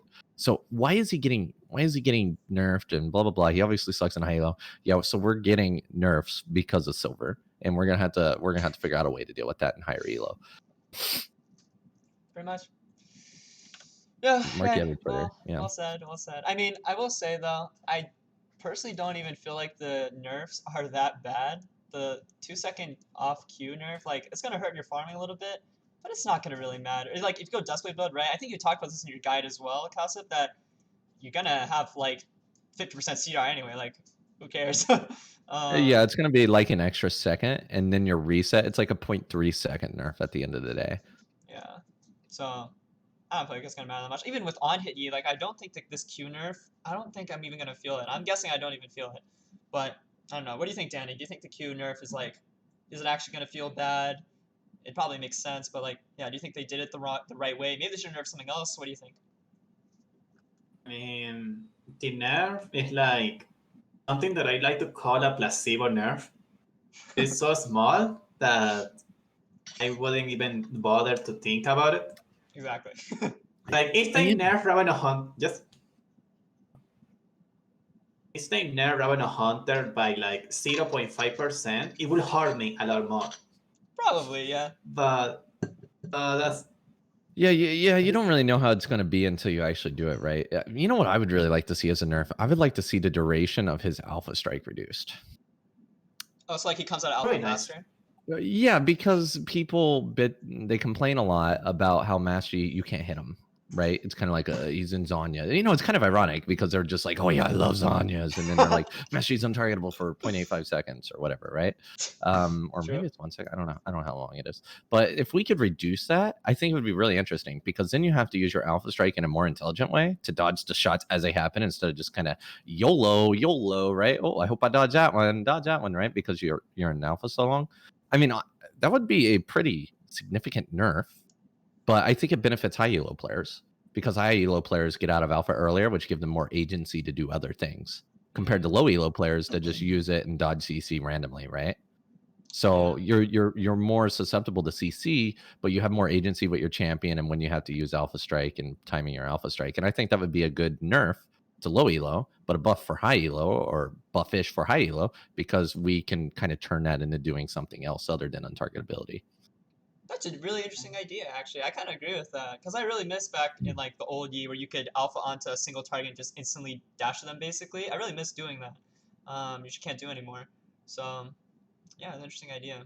Yeah, because the untargetability is the thing that makes you most frustrating to play against. You can't hit him, you can't see him, but we also kind of don't like to be stuck in alpha unless like you're low HP and you're just holding off for that reset, right? Yeah. We like to have agency with our champion and do things like that, and I feel like it does benefit low elo people. Okay. True. But anyway, so we talked. Oh, sorry. Go ahead, Danny. What are you gonna say? What I'm gonna say is not so much about NA. It's like there is a very big amount, like a bunch of people playing funneling to master. They still keep doing it in Diamond. So you have these people like, and you see them like they have like an account with G-Taric, and this account plays with other 10 accounts, and they share the accounts, and they keep doing it. So people hate Master Yi in Diamond because of that. They always have to face a funneling. At the same time, if the win rate of Master Yi is negative with so many funnelers, I don't think we should be getting a nerf. I think if Doublet is a problem, nerf Doublet. If G-Taric is a problem, nerf Interaction or Taric, I don't care, but stop nerfing Master Yi. Yeah. But Sad. And about low elo, something that I always say every preseason. When no one knows how to play the game, Master Yi is going to be stronger. So if you have silver players being like, I don't know what to build on ADC. Maybe I should go Manamune. Maybe I should go this. And Master Yi is just like, okay, I'm just going to auto attack. Obviously, Master Yi is going to have a better win rate. So I don't think it is very fair to nerf Master Yi items in preseason because it is always the same. That is all. Well, you can actually when it comes to the low elo players and Master Yi. Wait, I forgot what we're even talking about. What? Oh, the state of Master Yi. Yeah, you can see on Reddit all the time that they're always constantly complaining about Yi, right? Like because they're like silver players there. Like literally right now, I just opened up Reddit and there's a thread that says Master Yi makes the entire match a headache. I saw that. Right, So and it's like, yeah, and it's just. He spends the majority of a team fight invisible while one-shotting people with Q lethality, right? And his Q spam making him invisible too. See, I mean, right there is an example of why the lower untargetability time would make him less stressful to play against for low elo, right? And I feel like definitely the number one complaint I hear from people is that Alpha Strike, it's impossible to hit him. And when I rarely play against Master Yi, it's always the Alpha Strike that makes him so obnoxious to play against. But I saw someone was saying Master Yi is not broken because he's going to alpha and you know exactly where he's going to appear and you can even make him appear exactly where you want. You can move around. And someone comment, no, you cannot. He can choose the positioning. You don't know where he's going to appear. He has 4 targets. It's impossible to know. And I saw people explaining to this person, no, it is this way. It is this way. You can actually play. You can look at it. You can see it. You can see Master Yi using alpha. Oh, I don't know. I'm plat and I'm not really that good to know. I'm too lazy. I'm just going to try to guess by luck. And I'm like, I don't think it is our fault. People is that. I don't think it's our fault. Person didn't know that. Exactly. Wow. Yeah. Interesting. Well, yeah, I mean, we all know that Yi's like the low elo pub stomp champion. There are other champs like that, and like, you know, it's okay to have champs like that in the game. It does feel sad that like his viability in high elo suffers all the time with nerfs that are meant to target his like, you know, OP-ness in low elo. I guess flat is not even. It shouldn't be so like plat players should know these things, but it's even plat players don't know things like that, and it makes Yi OP in their eyes. Like, yeah, I don't know. People are just not that good at this game, so it makes Yi suffers as a consequence. But maybe if we were to change some things about how he works, add more like skill expression, or you know, how do you feel about the reduced untargetability? What do you mean? I like it. What about you? Would you? What do you mean the reduced untargetability? Like, let's say that instead of being an alpha, how long is alpha right now? I think it's 0.8 seconds, or maybe 0.5. But yeah. Alpha strike mastery. Like, what if we were to lower that to like 0.6 or 0.55? I'd be fine with that. And again, I think like what you said makes a lot of sense to me. I think it would hurt low elo people who just kind of spam it off cooldown without thinking, but it would help like people who actually really time it. Again, that's low elo Yi or high elo Yis. I think it would help like it would nerf low elo Yi and buff high elo Yi. So I think that's a good solution. I'd be all for that. I'd be fine with it. But I'll pitch it and I'll see if Red will like it. Yeah, if you can, that'd be great. If you can save us. But, I want to quote something Cowsep said a long time ago in a very nice video. You don't win games by making plays. You win games by taking advantage of the enemy team mistakes. That is how you play Master Yi. So for me, it has always made sense for Master Yi to have a higher win rate in low elo because he's punishing mistakes. And silver players, they breathe, and they're like, they don't even know how to breathe. They don't know how to use the keyboard. They don't know, like, you see a bronze player using the mouse to use the ability. Or they're new. Or they're new. So it just makes sense for Master Yi to be stronger. Like, they are teaching you, like, you play bad, you die. You make a mistake, you die. That is how Master Yi works. He punishes mistakes because he cannot really outplay people by himself. So if you think it's a problem for Master Yi to have a positive win rate, I don't think it's a problem. It is natural. It is the way it is supposed to be, at least in silver. Mm-hmm. Yeah. So. Yeah. you have anything you wanted to say about that, Casa? Huh? All right, never mind. Yeah. Yeah, no, I agree with you, Danny. And I do want to say, I realize we're flaming like low players a lot here, or like maybe it seems that way, or maybe we are just outright doing that. I don't want to be too elitist, like, oh, we're Diamond Plus players, like, yeah, some of our players are the worst. It's all your fault. The knee's getting nerfed. Like, sure. Well, it is technically their Okay, fault, but you know, we're not yes. we're not saying that in a malicious way. Yeah. So I just want to say, like, yeah, you know, we don't have anything against you. Okay, like, of We're course. explaining why it's happening, not blaming you. Well, we are blaming you, but we're not saying it negatively we towards still you. love you. Okay, we still love you. Because and people are we're- like, yeah, people want to know why it's getting nerfed, and this is why. Yeah. Accept the blame if you want to improve. Yeah, I mean, Blame I yourself just if you want want to to. improve. Yeah, I just want to say, you know, nothing against silver players, bronze players, whatever, of any elo below, like in low elo, like yeah. But this is kind of why these trends are the way they are. Anyway, we spent a lot of time talking about the Yi nerfs. I guess I want to just, and we've been touching about on this throughout the podcast. So I want to just ask a question that a lot of Yi mains want to know. Do you think Yi is better in season 11? Is the game like in a good spot for him right now? You know, would you say yes or no? Or complicated? Complicated answer. Not really. Not really. I mean, it's whatever. I think Dustblade makes way better looking plays though. It's kind of fun. Yeah, there was a game I played against Tyler One like a week or two ago, and I pented him with the Dustblade build, and yeah, I could just see the pain on his face, dude. And I don't blame him. Like, it must feel so bad to get pented by But the him. plays like really good in highlight vids. Like Yeah, I dude, I get looked like more an money, anime you know. like Kirito or something. Like I was like invisible for 90% of that team fight. It's Yeah, just yeah. stupid broken. And on your end, it just looks freaking amazing, right? So it's so easy to get nice plays with Dustblade, which is great as a content creator. True. So Indeed.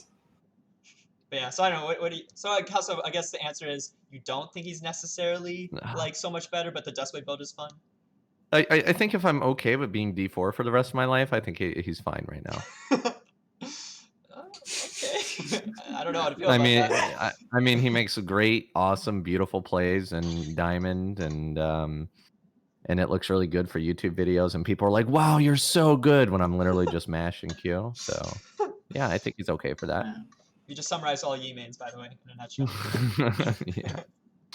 Yeah. But yeah, what do you think, Danny? Do you think he's better in season 11 compared to season 10? No, not at all. Like, I mean, the only problem with Master Yi in season 10, it was the meta. And the alpha nerf about on target. Like, if you try to alpha Evelyn, she will ultimate and she will do full damage and cancel your alpha. That bug is so What's the annoying. problem with Master Yi season? What's the problem with Master Yi season 10? Because every single matchup, it was a counter. Akali, Evelyn, everything felt like a counter. But Master Yi was broken. Like Master Yi, you were like, okay, I go Blue Razor, I go with Sand, and I go Ginzo, and every other item works perfectly, like the dance, any boots, and you felt like if you had your things, you could 1v9 in a very nice way. Like if you decide to smurf, let's say from silver to diamond, and you decide to farm well, you decide to play the macro well, and get these items, you can know, okay, Malphite, I can kill him in 2 seconds. ADC, I can choose Alpha and I can get him in 1 second. You could do everything. You could do the Baron, you could do everything. Like, there was nothing you couldn't do. Right now, it's like, you're just hoping. You got Creed, you got Dustblade, but as soon as the top laner, Camille, goes this dance, and Sterak, you don't really have fun anymore. They don't need a tank. They got this dance. Sterak, you're never gonna get that. You're never gonna get that kill alone. Never. So, and people get Sonya, and people. So it's like you had a weakness. Like before, we had this God build. Like, okay, we had the 3 items. We are God. And now it's like, okay, it's fun. I in this. Oh, I went shot. Oh my god, I got a pentabot. Do you really feel like you can secure the win? You can secure the wins like this? So maybe that is why he's Diamond 4. Okay. Wow. Feels bad. But yeah, okay, so sounds like both of you are not like, you don't think Yi is, sounds like both of you kind of missed season 10, but you know. Oh no, I don't really miss season 10. I miss season 5. I have hated every season since 5. But again, I think this is probably the most fun I've had since season 5. but I don't Okay. think he's good. But I think the games are more fun.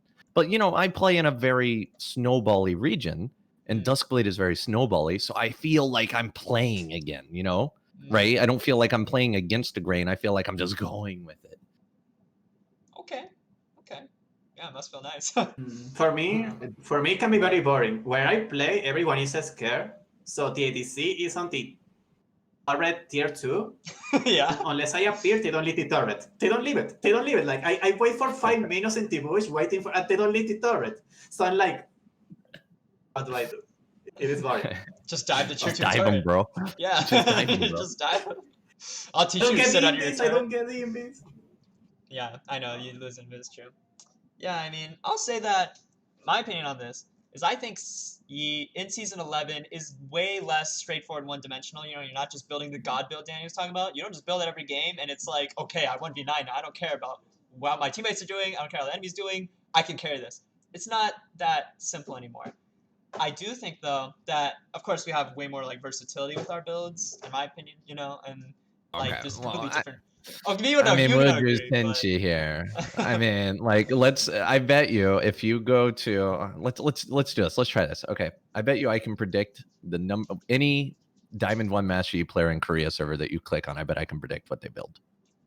Okay. All right, open up op.gg on the thing. Let's Oh see. my You know how to get to a Yi player, right? Let's see how multidimensional this Let's is. see. op.gg. I actually looked some up recently. I can look up this guy. I looked him up recently. Okay. It's a Oh, Korean don't guy. put him there yet. Don't put him there yet. I mean, okay, I think it is different. Okay. I bet it's Duskblade, Collector, as Reaver, and Berserker Greaves. Okay, go. I think you're wrong. Okay. It's actually 6 stopwatch. That's the build. No, this guy went Collector Bork. Welcome to Korea, baby. Yeah, welcome to Korea. Yeah, he goes Duskblade most of the time. Collector, Duskblade. Yeah, I mean he plays a lot of Miggy. I was looking this guy up before. Oh wait, he plays Midgie. Okay, hang on. I bet he builds Duskblade, Collector, as Reaver. Look, of course the Miggy, like Miggy. Okay. You know what? How about this? Pick a different Diamond 1 Master Yi main in Korea. Okay. Go ahead. This guy. All right, let's check out. Okay, this guy. let me try to predict. I bet he builds, assuming he doesn't funnel, Duskblade, Collector, maybe as Reaver. What the heck? What is this? He went Eclipse. Oh, what the heck? Eclipse, Sterax, Thornmail. You couldn't have been more wrong. Oh man. What the heck? Wait, This scroll guy's down. on Scroll down a crack. little bit. He's Wait, this guy's on experimenting. crack. Scroll down a bit. Scroll down a bit. What is he building? Wait, that is one interesting. Hey, we just found a new build. See, hey guys, we just found a new Wait, build. This guy's playing in season 12. This guy is way ahead of the curve, honestly. Yo, Yeah, he doesn't build Duskblade at all. I think you're just bad, Cowsep. I'm gonna build his build. Yeah, just go Eclipse into. My bad. Yeah, My bad, guys. He goes Eclipse into into Bramble Vest QSS into Sterax second item. Is he mid? No, he's jungle. Yeah, what's going on? He plays some All right. mid, right? All right, I guess I was wrong. Okay. All right, anyways, yeah. Sorry. That guy got me. All right. Anyways, I'm building that, by the way. Do we have to start discussing that build now since it's a thing? I don't know if it's actually a thing. I gotta be honest with you. He might be just on some kind of on some good shit, but I mean, he might have been Masters before, and now he's D2, right? So yeah, I wonder why. He's building Thornmail. Anyways, yeah. So I can't remember what I was talking about. You got me all sidetracked. Dang it. Oh, we're good. We're good. We did it all. Yeah, you were talking about, we had many beers right now, but I think it is different. Yeah. Like before we had viable beers. You could go Borg and it was actually viable. It wasn't good. It wasn't OP. You could go so many beers. You could do so many things. But you had the God build. That is what I always try to say in this already. I mean, you can go crit, you can go lethality, you can go tanky, you can go Borg. I don't care. You can do it. It's going to work. Maybe you can win the games. But this build, God. It was a God build. And now, yeah. okay, now we can go crit, we can go heal, we can go tanky, but anything fierce God, no. Yeah, So that is what I mean.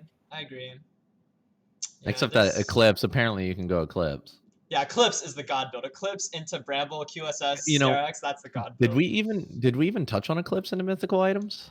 I did. It was way back here, and I mentioned that I did a build with Eclipse into oh yeah, we did. Eclipse into Edge of Night. I tried that build sometimes because I saw Korean used to do something like that. Yeah, I said I tried it in PBE and it got nerfed so much that I stopped liking it because it was so overpowered before. Yeah.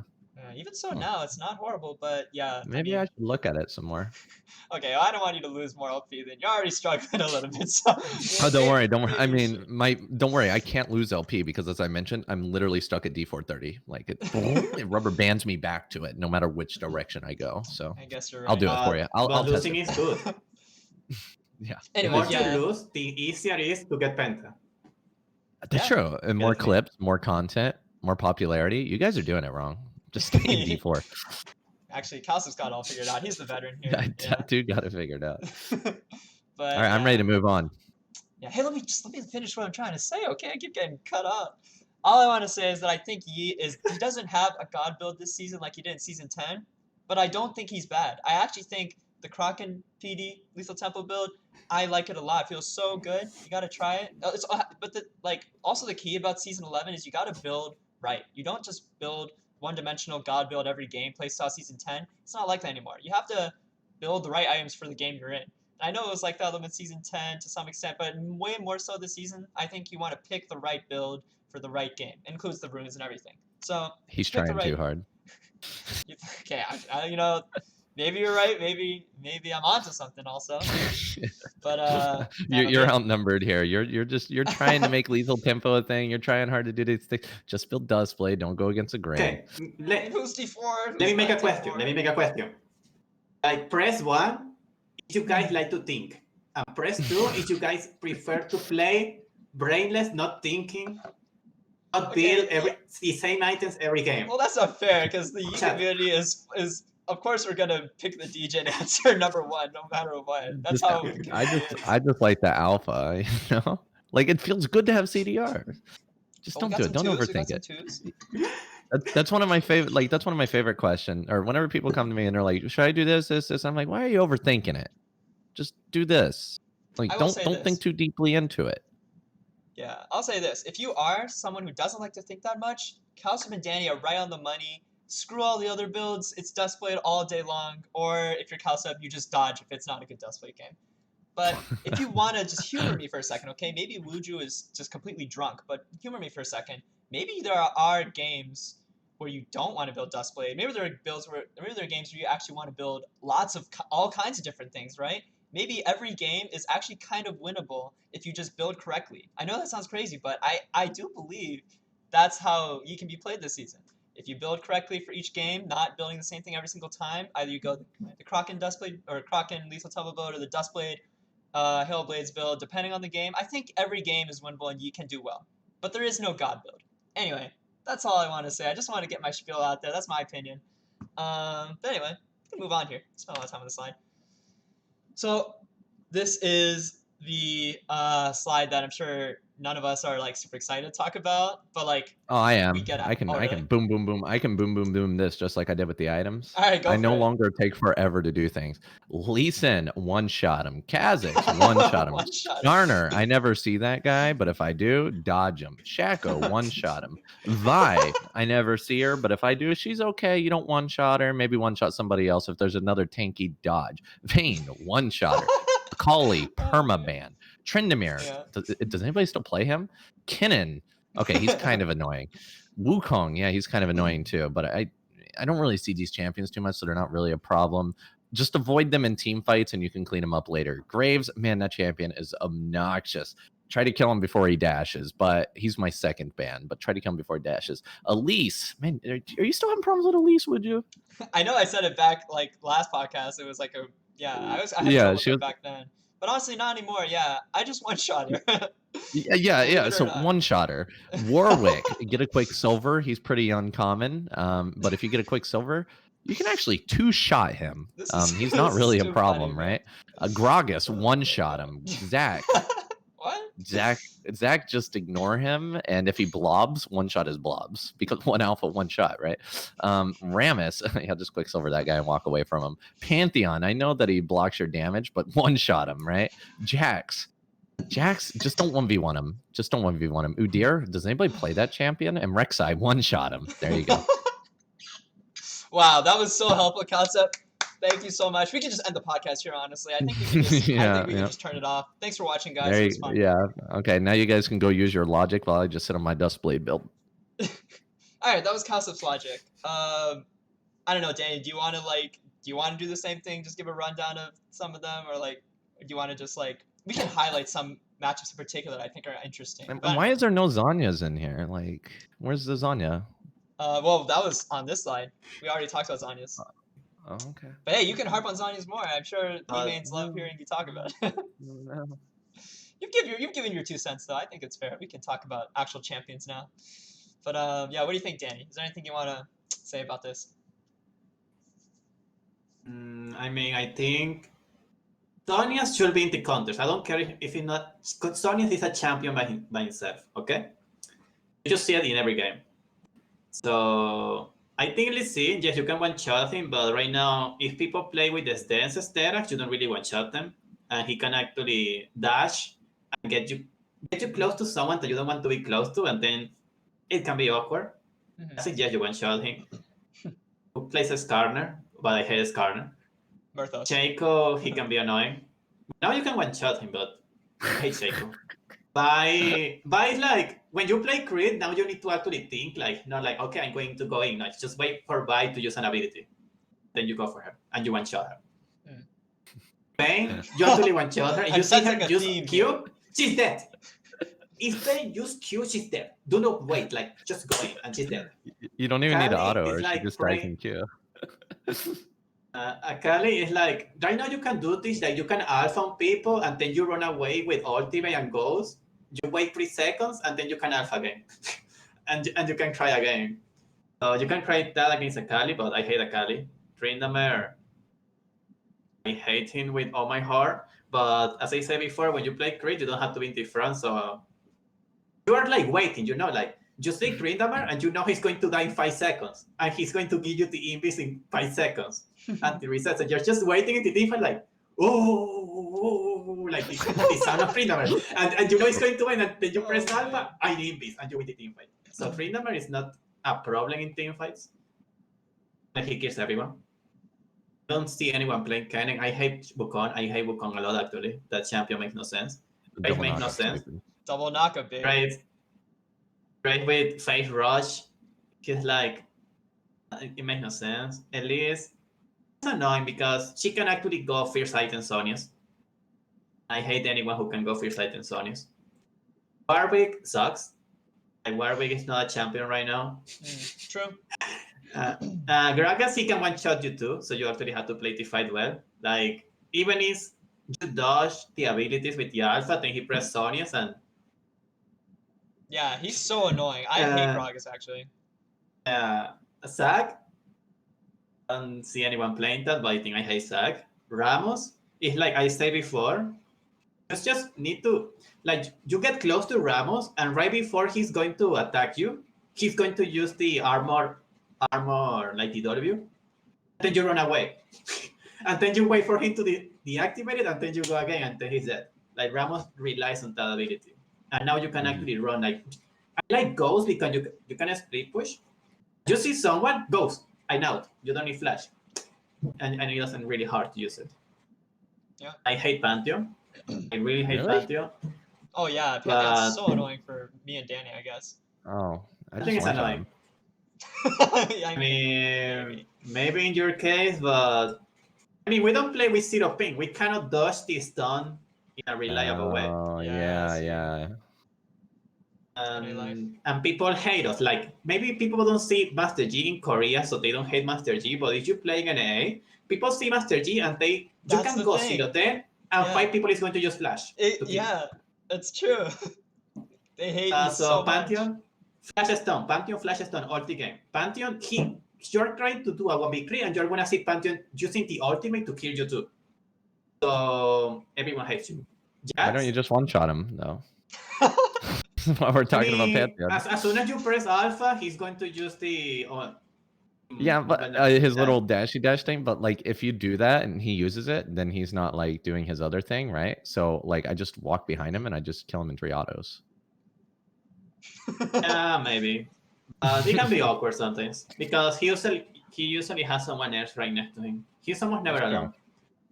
Yeah. Jax, I think if he doesn't got the stance build, you can actually beat him because you get close and then you run away and you can beat him very fast. But I don't like Jax. I hate Jax, especially when he's the jungler. I hate Jax jungle. Really? Udyr, who plays Udyr? I mean, for real, who plays Udyr? Dodge As I those said games. before, you go. Dodge your deer game. Dust is. I don't really like to dodge. But and Rek'Sai, Rek'Sai with Brawler's Claw makes no sense. She can actually practice stun the knockup every single time. So Rek'Sai can be a problem, but you go crit, it doesn't. With crit, it's like, okay, I'm just gonna alpha to attack, and he's dead. So you don't really have to worry about too many things. That is all. Yeah, I do agree with this comment that crit solves. I think like the crit Dustblade build, it kind of made a lot of these matchups that were really hard for you before a lot easier. Which like is Kazakhstan, they were the #1 matchups for me before that were really hard, and now I just hit Q and they literally just die. Yeah, so I think that's definitely one of the best parts of Season 11 for Yi is having this build that's not just viable, but also really good. The Dustblade crit build that is so good against so many of these counters. Lee Sin, last podcast, we talked for like 20 minutes or something about how much you hate Lee Sin, Cowsep. You spent like 3 seconds on him today just saying you one-shot him. That's like such a dramatic difference from Season 10 versus Season 11 podcast, you know? I think the champion's stupid, and he's always been really popular. But you know what? The fact that I can literally just one-shot him before... Dude, he's sitting at a 47% win rate right now with a 13% pick rate. You remember he was like 40% last year, right? Yeah, he's like 40%. Yeah, like he's always been #1, and now he's falling out of favor, and now I just freaking one-shot him. And I don't care because he can't kick me out of the fight and completely waste my Highlander anymore. Because if he kicks me out of the fight, I say thank you because I'm about to go invis after somebody finishes him off for me. Yeah, so this Dustblade build is great into so many of these counters that were like really hard for you before. Even Akali, like I definitely like if I had to pick a build for Akali, I like the Dustblade build a lot because a lot of the time you can explode her before she even gets back in her shroud. If you get an auto attack her in Q, sometimes it just kills her. Akali does have problems for Master Yi because what happens is if she stealths, I'm pretty sure you just fall out of alpha, so you don't finish because you do the little hits first, right? Before you do the big one.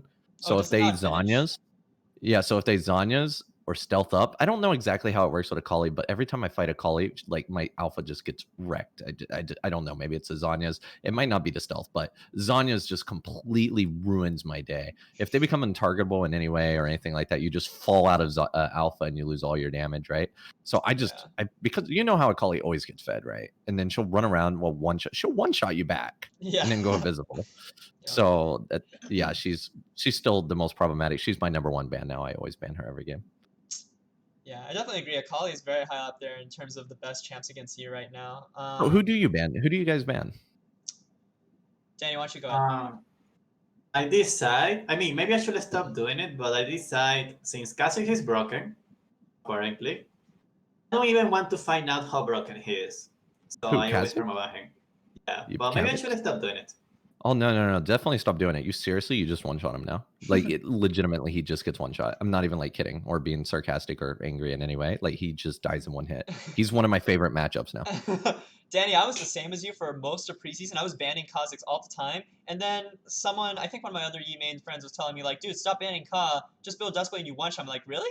Okay, I'll give it a try. And if you check my match history on the Wuju Senshi account I've been playing on, I haven't lost a game against Kha'Zix since I stopped banning him. And I build Dustblade and I one-shot him with the Ignite as well. I mentioned that's helpful, in my opinion. Oh, yeah, bring Ignite. Yeah, Ignite. Just in case he gets away with a little bit of HP. Boom, Dustblade, Ignite, and Collector. All that. Yeah, so it's just not a problem anymore with this build. I realized it's weird, and his Kha'Zix is still so OP in general in the meta, but like with this build, he's not a problem. It's really it's weird. Do you struggle against Dani? I don't remember. Or against Akali, Dani?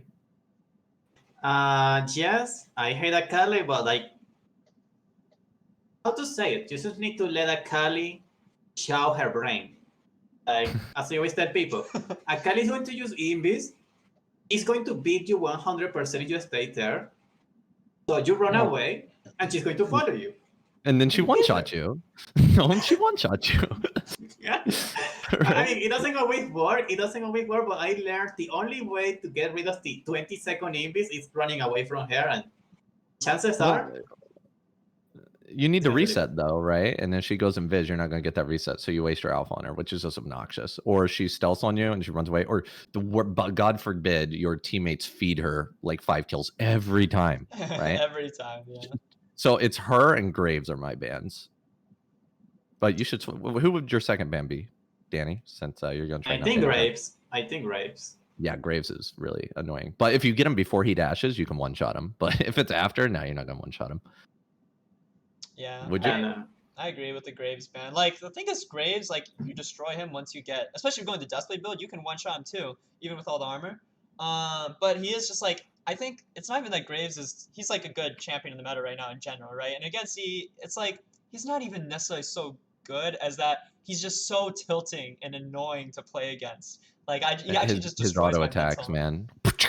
Yeah, and like, you know, he kites you with phase rush. Oh, and he's like 5-0 at 5 minutes, takes all your lanes. Like, oh, and then he starts invading. You have no lane trial. Oh, you don't get to farm your jungle cast. Oh, he's one of the most tilting matchups. Even though I don't think he's necessarily so bad. In fact, I think if you look at the win rates of Graves, Yi is one of the highest win rates against Graves. Interestingly. Well, have you seen? So bringing it back around to U.GG stats. Have you seen his stats compared to Master Yi? Aaron, could you bring those back up here?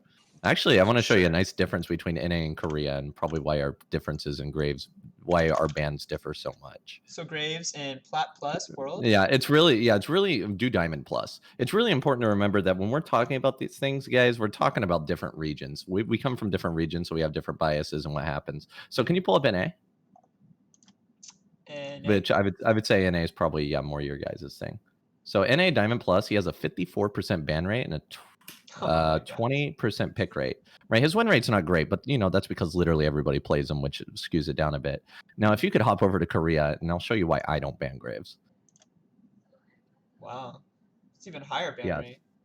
Pick rate. Yes. So in Korea, pretty much everybody bans him for me, right? And he has a 23% pick rate. And if we swap over to Akali here, and another thing that people don't really think about when they're thinking about bans, you want to ban things that you frequently play against that other people aren't banning for you, right? So if we take a look here at Akali, can we do NA Akali first? So an NA Akali is about a 38% ban rate or so with a 8.8% pick rate. So she's banned significantly less with the lower pick rate. So you have to kind of skew that. And in Korea, she's sitting at about a 51% ban rate and a 10% pick rate. So you can see that these champions are way more problematic in Korea and something that we struggle against a lot in Korea. They're way more popular in Korea. I would even be willing to bet that they probably built Zanya's earlier in Korea as well. Oh, I'm sure. Let's see. It's probably Zanya's second item most popular. It looks like it's fourth item on them. Here, let's see the different. Yeah, it looks like they all build the same thing, huh? But yeah, so you can see that there are differences in regions when we're looking at these bans and how we're doing them. But Akali has a significantly less ban rate, so she gets through a little bit more, in my opinion. But as the jungler, it's pretty much your responsibility to ban Graves. So Graves is probably a solid ban. Yeah, it is. It's not probably. It just is. Yeah. Like what I noticed is that I know we don't have to ban Kha'Zix, but I noticed that if you are the jungler and you don't ban Kha'Zix, the enemy team either ban Kha'Zix or they play Kha'Zix. Right. Yeah. So if your team doesn't ban Kha'Zix, if your team doesn't ban the champion that you don't want to play against, you kind of have to. So I always wait for the last second. Because I know these champions are popular bans. Like maybe they ban Kha'Zix, maybe they ban Akali, maybe they ban Graves. So I'm just gonna wait. But if my team doesn't ban the champion and they had a main of these champions, they're gonna play it. It is the same thing with Samira when it was. It is still broken. You got me. Can I touch on that a little bit? So when was the last time you banned Kha'Zix or stopped banning Kha'Zix? I was playing today and I was banning Kha'Zix. Okay, so this is interesting as well. You don't have to pull up the stats again, would you? But if we take a look at NA Kha'Zix versus Korea Kha'Zix, so in NA, you guys have a 15% pick rate with a 42% ban rate. Okay, on Kha'Zix. Wow. Do you think Korea's lower or higher? I'm sure it's lower. Yeah, Korea has an 11% pick rate and a 20% ban rate. It's half. What the heck? That's crazy. Yeah. So you can see here where Dani has a little bit more influence towards like the NA style of Kha'Zix, while I have the Korea style of Kha'Zix. Yeah. It's really interesting Just seeing that- those differences in regions. Yeah. Yeah, I don't know. And honestly, like as you were saying, Dani, I think you probably don't even need to worry about banning Kha'Zix anymore. Because yeah, with the build, he's not really a problem anymore. At least for you, maybe for your teammates, but like not for you. So Yeah, I mean, you was build like a Duskblade. trauma. Was like a trauma. I saw on Reddit, I was reading people, Kha'Zix is broken, Kha'Zix with Duskblade is broken, and I was like, do I want to find out if it is broken or not? you have like PTSD, like I don't want to find no, out. please no. So you rather play against Graves? Are you not playing against Graves every game? It's Graves or Ka every game almost. Not every game, but or banned, yeah. Graves is annoying. I hate the Graves that invades. It's the Graves that I hate. Because Yeah. he can invade and he can do this cuddle and take out the shield instantly. I don't think that is fair. I think if they remove the Graves taking out the shield of the Scuttle instantly, he will be more balanced. Right now, Graves is like... It's just... I will say, when Graves is meta, being a jungler is not fun. Because you either play Graves, or you have to play against Graves. Yeah, It's not true. fun. That's true. But yeah. Well, yeah, I mean, I'll give my quick thoughts here. I think there are some champs here on this list that I think are counters to Yi, like actually really good counters to Yi, more than the typical stuff that we always think of, like Colin Graves. It's just that they're not played very often. And so again, maybe Cowsep's answer to this is you just dodge, or maybe he doesn't care about it. Maybe he just one-shots it. But anyway, Who Graves? I'll just speak on those. So I think like Skarner can be a really annoying matchup with Phase Rush as well, because he has the ult, you have to buy QSS, but can stun you with the E afterwards, and he's tanky with the W and everything. I find that to be a really annoying pick. It's just played very rarely. His pick rate's really, really low, though. He's 0.2% pick rate worldwide. Yeah, so I think he's really annoying. Vi also similar, not picked very often, but when she is picked, like she can ult you and like also Q stun you after the ult, so just like it's like you can't even use tenacity against that. Like I think that's pretty annoying as well, and she's super tanky and does a lot of damage. It's kind of an annoying matchup.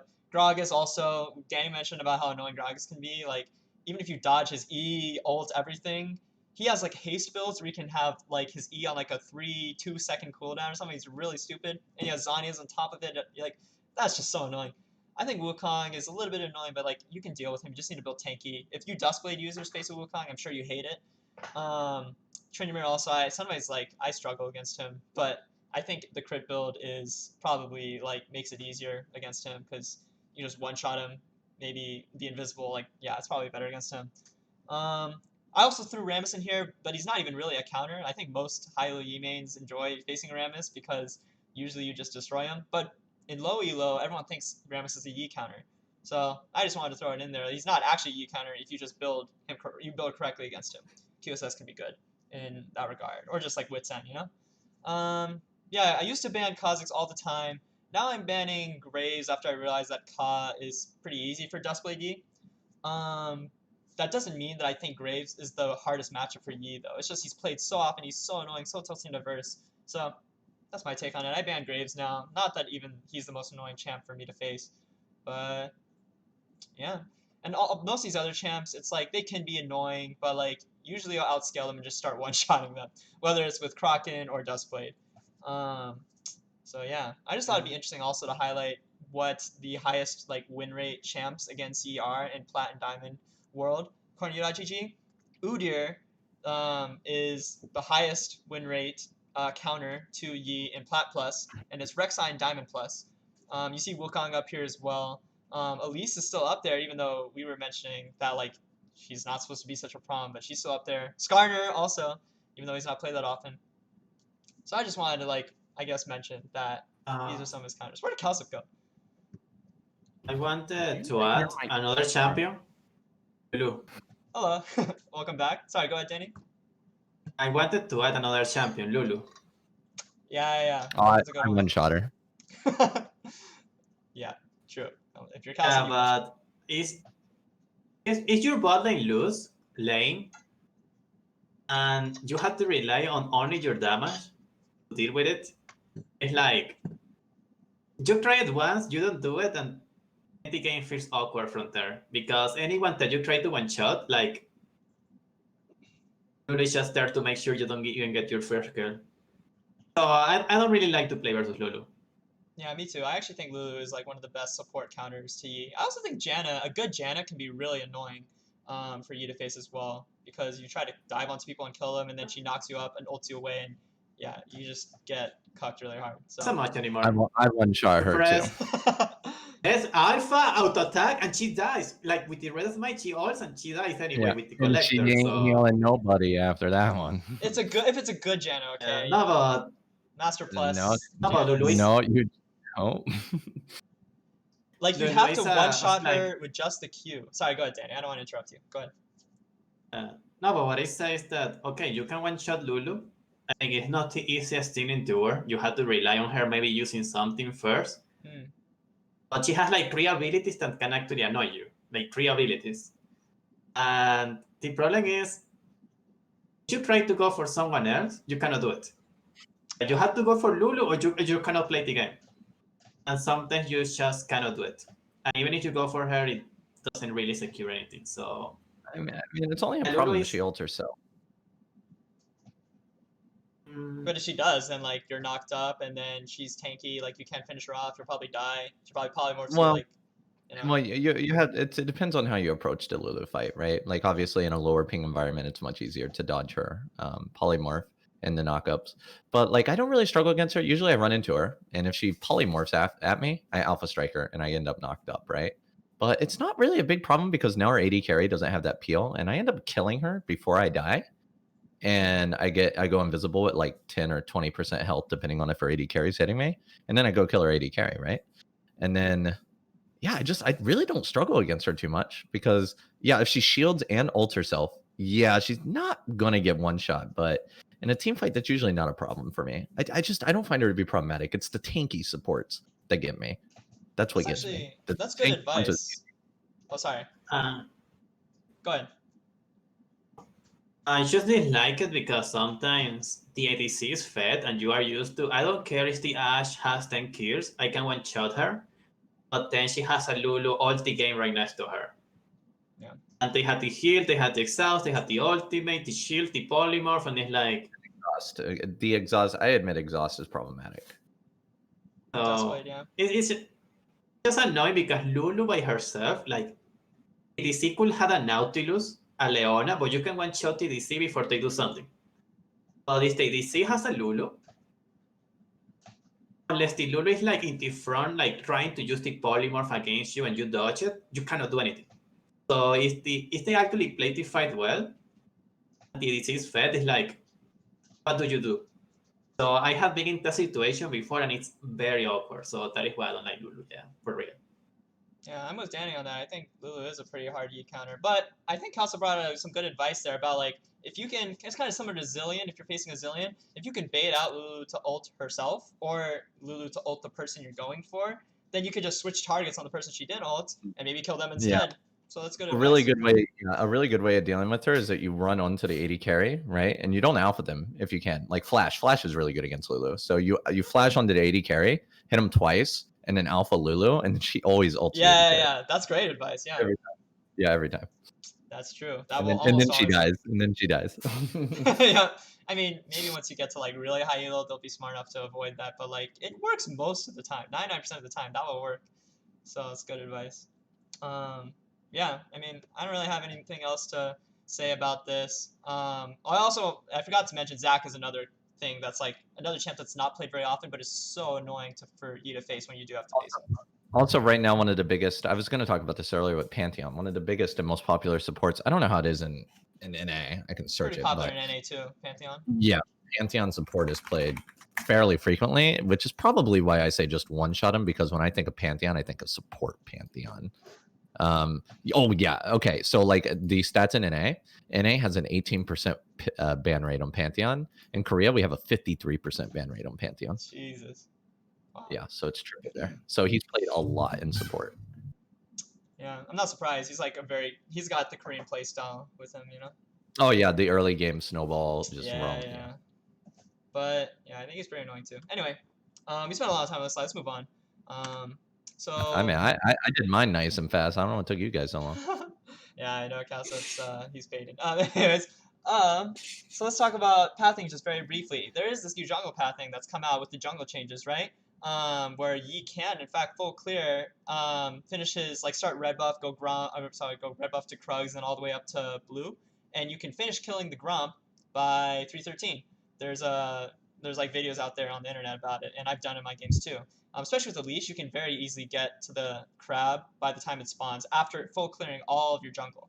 But that's not always the path you might want to go. Maybe you want to mix it up. But I'm curious, what do you guys do? What are your favorite pathings these days? Okay. So I go first. Okay. Sure. I like the for clear, but I mix my for clear with adaptability. So what I do is like, yeah, I do the red, the crocs, whatever, but it's my support. It's like Morgana, Nautilus, Leona, Crash, something like that. And I feel like it is possible to gank level 1.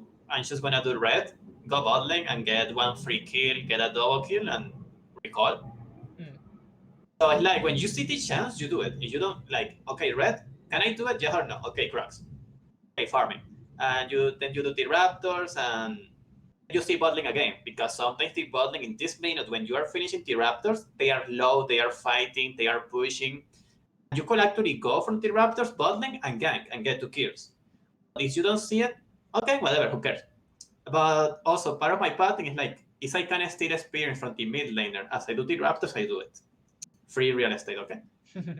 But when you finish the Raptors also, if you don't see anything bot lane, you can see top lane. If your top laner is slow pushing away, maybe you can dive with him. Maybe the top laner is kind of low. You can ignore your wolves, your blue, and your grump, and you can go top lane and straight away and get a free kill and deny the wave from the enemy. So with this, what I mean is I like to for clear because it is kind of good right now to for clear. I agree. But I always try to find the chance to do something free if I see it. But do not force. I never force. That is all.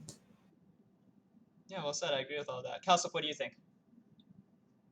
I mean, yeah, obviously, when you're clearing the jungle, you want to look for opportunities to gank or whatever, especially an early level 2 gank, right? Those are really, I think I see them on your little jungle pathing map there. Yep, lane, level 2. Yeah, so this new quote unquote Yi clear that came out recently, I don't necessarily, I think a lot of the focus is into doing the blue and the Gromp together, right?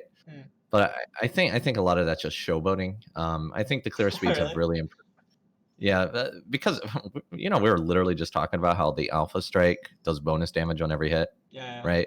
Like, you remember I went into practice tool, it says it does 25 damage per hit, but it was doing 83 or something, right? Yeah. So when you look at it, when you look at doing the blue and the Gromp at the same time, you're taking damage from both of them at the same time until you kill them, right? True. So what actually, I haven't tried it because I've been kind of lazy, but when you think about it, you could, because you know what happens whenever you smite them and you have them both doing it, you're really vulnerable at that point that somebody can come up and steal your thing and they can also kill you. Yeah, I've been invaded while doing that, right? Trying to get it feel for it, and they invade quite a lot in Korea as well.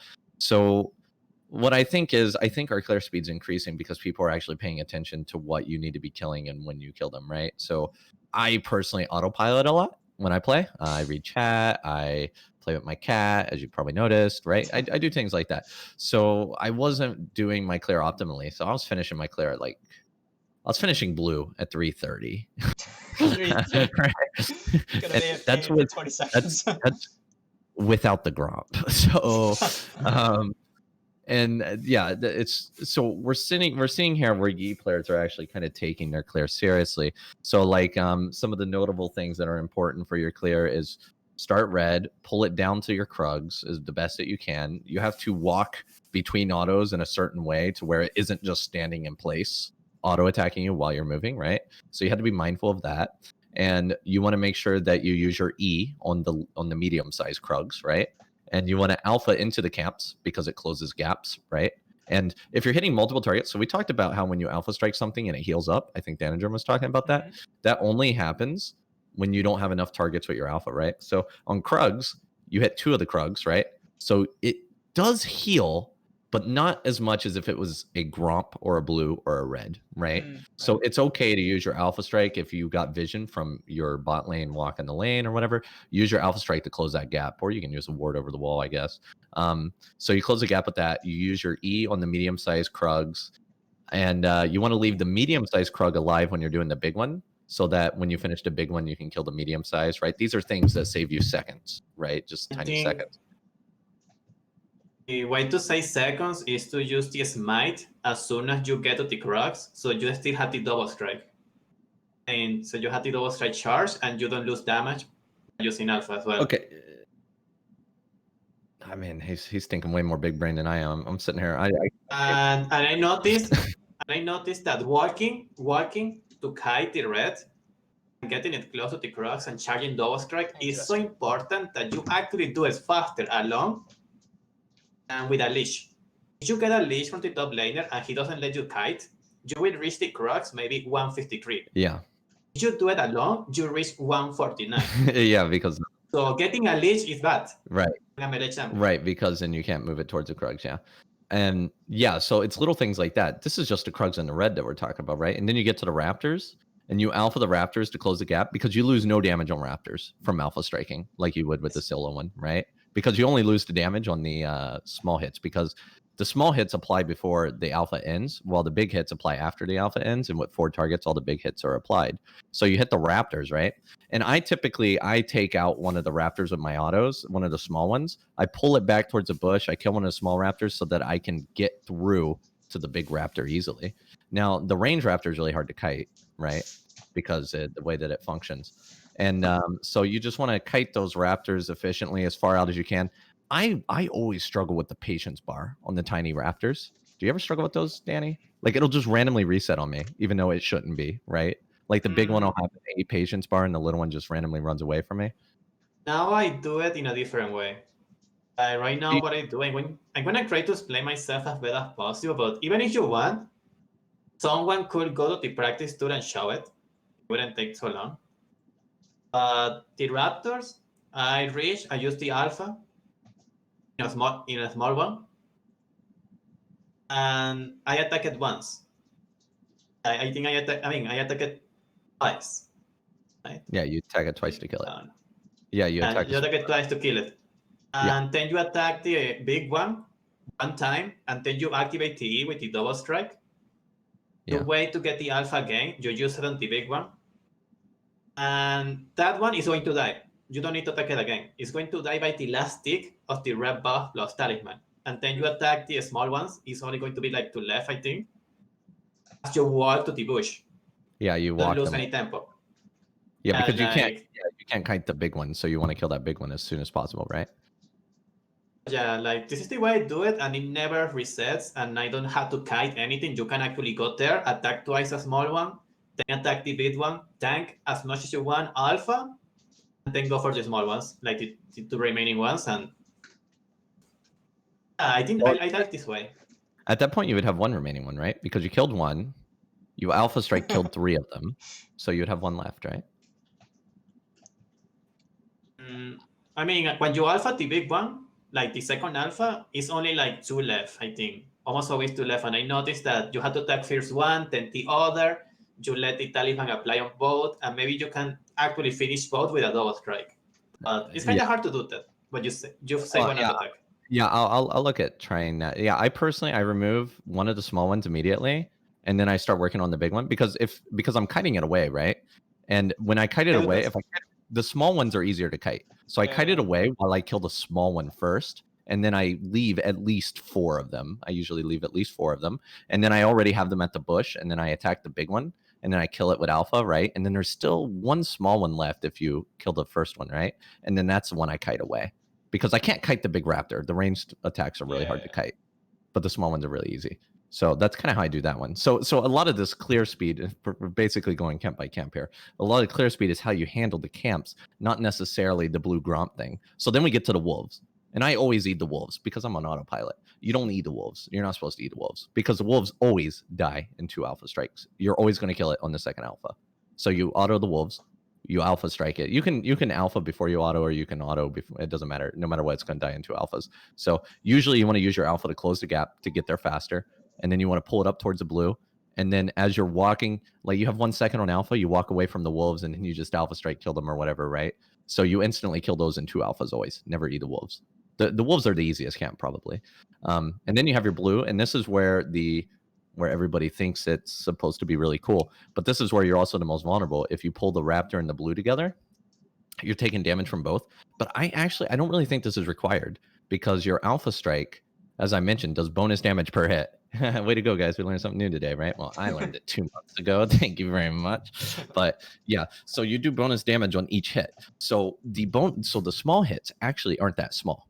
They're like significantly, you don't lose that much damage from not having 2 big alpha hits and 1 alpha. You know what I mean? Like, I think I know what you mean. Because you would get normally, let's say that you didn't get the bonus damage, right? You would do 100, 23, 23, 23. And let's assume if only the big hit got the bonus damage, you would do 250, 23, 23, 23, right? It's a lot of math. Okay, so yeah, just know that you get bonus damage. You get 150 bonus damage or something like that, right? So if you alpha strike, people think that you do 250, 23, 23, 23. But in fact, you're doing 250, 180, 180, 180, right? So you're missing out on 70 times 2 damage. You're missing out on 140 damage by not putting them together. Okay, so is 140 damage worth it? So that's 2 autos, right? 2 autos. So you save 2 auto attacks doing both camps, but in exchange, you're tanking both of them at the same time, and you are making yourself more vulnerable to an invade because you use your smite immediately instead of saving it to get the grump over to you. Because as you walk the blue over to the grump right before you kill the blue or whatever, you can smite the grump over to you. Yeah, that's what you're supposed to do. I was gonna say that you also need to add the red buff, anti-talisman. Like right now we don't have much shaded, so relying a lot on talisman, I like it. So you are proccing talisman and rebuffing both at the same time. And I like to buy a pink level 1 since we don't need potions. I buy a pink. No pots. Yeah. So I use the pink on the top lane. You know, the push towards the top lane when they want to dive between the top lane and the blue. So I place it there, and almost no one invades me from behind. So I almost never had to worry about it. Yeah, so we also have another thing that we need to talk about in the clear, which is the Q. So somebody brought up level 2 Q versus meditate. Everybody right now does level 2 Q. But actually, level 2 Q is not required to kill the wolves in 2 alphas. It still dies in 2 alphas with level 1 Q. I've tested it. So the question is the damage from alpha? So alpha strike. We're crunching numbers today. Yeah, I haven't actually looked at it yet, but I feel like, because you got to remember the bonus damage at alpha strike doesn't go up with levels, right? Really? So all you gain, this is just your physical damage from. You get flat physical damage, but the bonus damage to monsters doesn't go up. I see. Right. So if you want to get, you don't want to get meditate because you're mostly around full HP unless you're tanking the gromp and the blue at the same time, right? So if you're tanking both at the same time, right, you're going to get lower HP, but you don't really need meditate unless you're going to get invaded, right? So everybody goes level 2 Q, but I don't think level 2 Q is necessarily required to do the clear quickly. You might lose a second or two, maybe, if you go meditate, but you don't need meditate because you're full HP and you're not stopping to meditate anyway, right? But I don't think you're in trouble if you accidentally get a point meditate, or if you get invaded and you need to meditate. I think you'll be fine. But right now, everybody does go level 2 Q instead of grabbing a point meditate, because you get level 4 and you actually contest a crab. You can typically, in a typical game, you contest a crab around 320, right? Which is more than enough, and you'll have meditate up for that. I'm kind of surprised that Cowsep is like very passionate about this topic, because he says he autopilots and finishes by 3. Yeah, he's like thinking a lot about this, like more than probably me or Danny even. It's like, well, the thing is I was doing what happened is I'm doing a video, right? I do these videos. I was doing videos of full games where I'm like trying to help people, right? And I'm sitting here doing these 340 clears without gromp. And then a random viewer, like he's Platt, right? He comes up and he's like, yeah, this is really inefficient, and here's a video. And I'm like, shut up. And then I looked at the video, and I'm like, you know, you know, there's a lot of room to not, because I just autopilot it, right? And so I sat down and I kind of looked at it, and nowadays my clear I usually finish my clear about 320. Now obviously people are doing clears at like 313 or something, but I mean you can't min max it every time. But once you get into a certain zone of doing the jungle, I think 320 is more than fine, because it's very rare that people get to the crab at 315. And sometimes you'll be contesting a level 3 at the crab and you're level 4, right? So you definitely want to be more mindful of your clear, because it can definitely improve your early game a lot. And my early game's improved a lot. Yeah, I totally agree, and it's great that you're like yeah, that you care about this kind of thing, because it is gonna make a big difference like over the course of many games. And early game in Korea, I'm sure, is even more important. So like, and yeah, and Yeah. Tarzan, the High-Elo NA jungler, some of you might not know him. He always says that increasing just a few seconds or shaving a few seconds off your clear time makes a huge difference for like becoming that much better of a jungler, especially in High-Elo. So this stuff Well, really it's a does difference matter. from being in the lane or being in the jungle, right? Yeah, so it does matter. But yeah, I'm interested to try the thing about like if you were to take W, how much would your clear speed be slowed? And also if like I you were to not do don't the think blue it'd be buff that much Gromp slower. double bounce. I Like if you were to... I don't like it, because for me every second counts. Every single second counts. Like I can do for clear the Scud or recall instantly, and when I reach the Crux, I already spawn. yeah. So I don't want to lose any other second.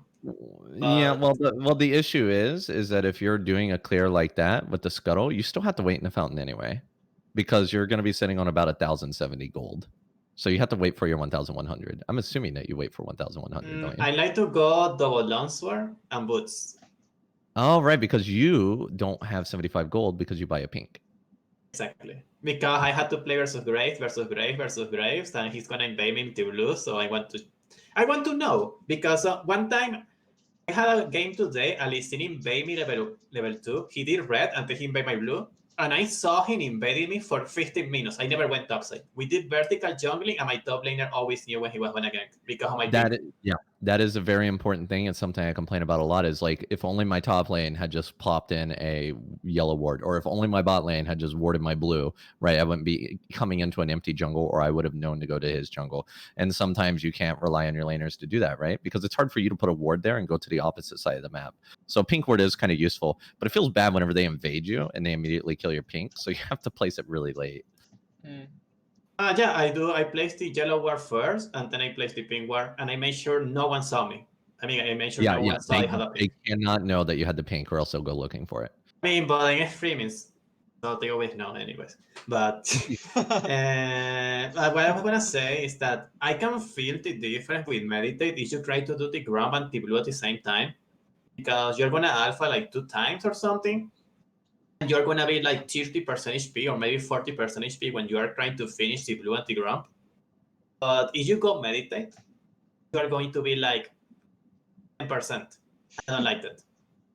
So I can notice the difference. You get very low as you go meditate, because you cannot just meditate as you're doing it. Yeah, over the course of the thing, you're probably losing about 200 damage, which means that you're probably having to do an extra 2 autos per camp there. You get hit 2 times. 2 more times. Yeah, you get 2 more. Yeah, you get hit up It's 2 not more good. times. Yeah, you get hit 2 more times while you're doing those 2 autos, and then you get hit again 2 more times from 1 camp while you're killing him again. So yeah, I mean, getting an extra point in Alpha Strike's definitely worth it. But I don't think it's gonna kill you if you accidentally have it. I do not recommend getting meditate unless you absolutely need it. Yes. Alright, well, Okay. that was You don't want it for clearing. You don't want it for clearing though. Yeah. I figured that. And don't be scared to gank a bot lane that's overextending. And are we gonna talk about ganking? Yeah, that's like part of the jungle. This what the slide's about, like Okay. how you path and how you gank. Yeah, so when you're looking at ganks, there's no correct way to do it because you don't know how the game's going to go, right? But I never gank mid. Like, I almost never gank mid. The lane's too short, and it always has, like, yeah, okay, I'm going to have a Yasuo mid or something like that in my mid lane that just, he's AD and he can't move, right?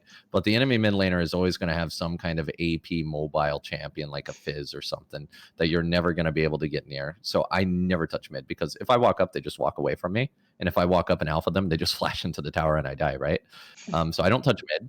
Top I sometimes touch if they're overextended, and then bot lane is a lane I really focus on the most. No matter what, even if bot lane's losing, I still focus on it. If top lane's losing, I never touch it, never. Because bot lane has 2 potential kills, right?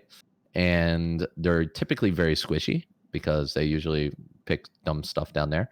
And your bot lane can usually have some kind of CC or something, like if you have a Pantheon support or something, so you can get in there. And at the very least, you're going to burn the enemy flashes. Because, you know, you have 2 people jumping in, you're pretty much guaranteed to get a flash of some sort. So ganking bot lane always gives you some value. You might not get a kill, but you'll get an enemy flash, and then you'll see the enemy lane, your laners start to get better, right? Like a lot of people will tell me, Cowsep, what do I do? My teammates suck. And I'm like, well, they suck because you're not giving them the tools to succeed in some way. Like, obviously they suck because they suck, but if you gank the lane and you burn a flash, you're going to see that your teammates perform better than had you not done that, right? So a lot of people think too much on their own game instead of saying, okay, I put myself a little bit behind, but I got an enemy flash, and then 2 minutes later, your bot lane gets a double kill, right? So you have to realize that you contribute to that in some way. And especially when it comes to taking kills and stuff, I like to take kills, but sometimes I realize it's worth it to take a kill when I gank a lane, right? Or sometimes it's worth it to give it to somebody. Or when it comes to clearing the lane, a lot of people just tax the hell out of lanes. Sometimes it's worth it to just freeze a lane, because you got to think about your laner instead of thinking about yourself in that moment there when you're ganking a lane. And otherwise, you know, then you are going to be saying, man, my bot lane sucks 5 minutes from then when they're dying because their wave's messed up. Yeah, Yi is great at freezing waves, by the way, with W. You can really make your top laner love you or something, you know? So, I will say, if you are not diamond, it's not worth to freeze. That's true. It's kind of a high level thing. Yeah, if you're lower elo, I pretty much recommend take every buff, take every wave. It doesn't matter if they complain, they say they're going to go AFK, you'll just carry the 4v5 anyway. Exactly. It's one less person taking your penta, you know? But we're here to improve, so it's good to know these things. Yeah. Yeah. I will say, I pretty much agree with everything Cowsep said. I don't really touch mid. I love ganking bot, sometimes level 2 even. And yeah, I think it's more of like a bot lane kind of, like ganking bot is like what, I think it's how you win jungle right now. Yeah. I don't know, do you guys, I know you guys last, oh sorry, you're gonna say something? Yeah, mid's just too hard because the lane's too short. Like a lot of people want mid ganks and always ignore those pings of people. Ping, ping, ping, gank my lane. Yeah, you have to mute that shit. No? Yeah, you have to do your own thing. It's true. I do want to ask this though, because last podcast I was talking about like, oh, you know, you could do this path, like you could full clear this way. Maybe sometimes you want to do, and both of you were just like, nope, I red buff and then I invade. I red buff and then I clown fiesta. That's what both of you told me. So it looks like that's changed. Sounds like. Yeah, it changes because of our the way that the meta shifted. Typically, people ward entrances to jungles, unless it's your team. They never do that, but people ward the entrance to jungles. So when you go in, like let's say that you're a blue team and you go in to do the wolf cheese that you always do, right? You're gonna have 4 people on your ass like every time, right? And it's just not. It's not worth it to go into those kind of invades anymore. And plus, because one of the things is like we talked about how slow my clear was last time before I even started caring about it, that it's not worth it not to fiesta, right? Because you're clearing so slow anyway, you might as well go try to get a kill or two. So we're increasing this clear speed. We're guaranteeing that we get, one of the things I like is that we guarantee 1,100 gold from doing our clear. Right. So before, like we would do our clear and we wouldn't have enough. We wouldn't have that 1,070 gold or 1,175 because we needed before we needed 1,000 gold, I think it was, or something. Right. So just doing because we needed the recur bow, or it was 650 plus 300, 950 gold or something. Yeah. So the clear numbers completely changed. If you're building Kraken, you need 1,300, but you could be like Dani and get double longsword and some boots, right? So the fact that we can pick up a core item for Dustblade, which is the Dirk or Berserker Greaves, I've been picking up Berserker Greaves lately, means that a full clear guarantees you to do what you want to do. You don't need to rely on a Clown Fiesta to get what you want. So I feel like a full clear feels good for me because I'm guaranteed to get my boots or my serrated Dirk. Yeah. And and as somebody mentions, the Gromp now gives HP and your clear is healthier. Like, right, you don't lose any HP when clearing anymore. You don't need pots. The Gromp heals you. And you can also have some fun contesting the crab, assuming your laners aren't brain dead. Because Yi does really well early on. So there's just really no reason not to do a full clear and contest a crab unless your laners just aren't paying attention. Yeah. And we should probably talk about what happens if you can't get the crab, because I'm talking about doing this full clear and you get 1,100 gold. But what happens if you can't get that crab? What about you, Danny? Because mine's a bit easier. I can just go double longsword and boots. But what about you? You're 75 gold down. What do you do if you can't get the crab? I mean, I can go longsword, dagger, boots. It's Really? not so complicated. It's not really so complicated. You'll have to wait in the fountain for that, though, wouldn't you?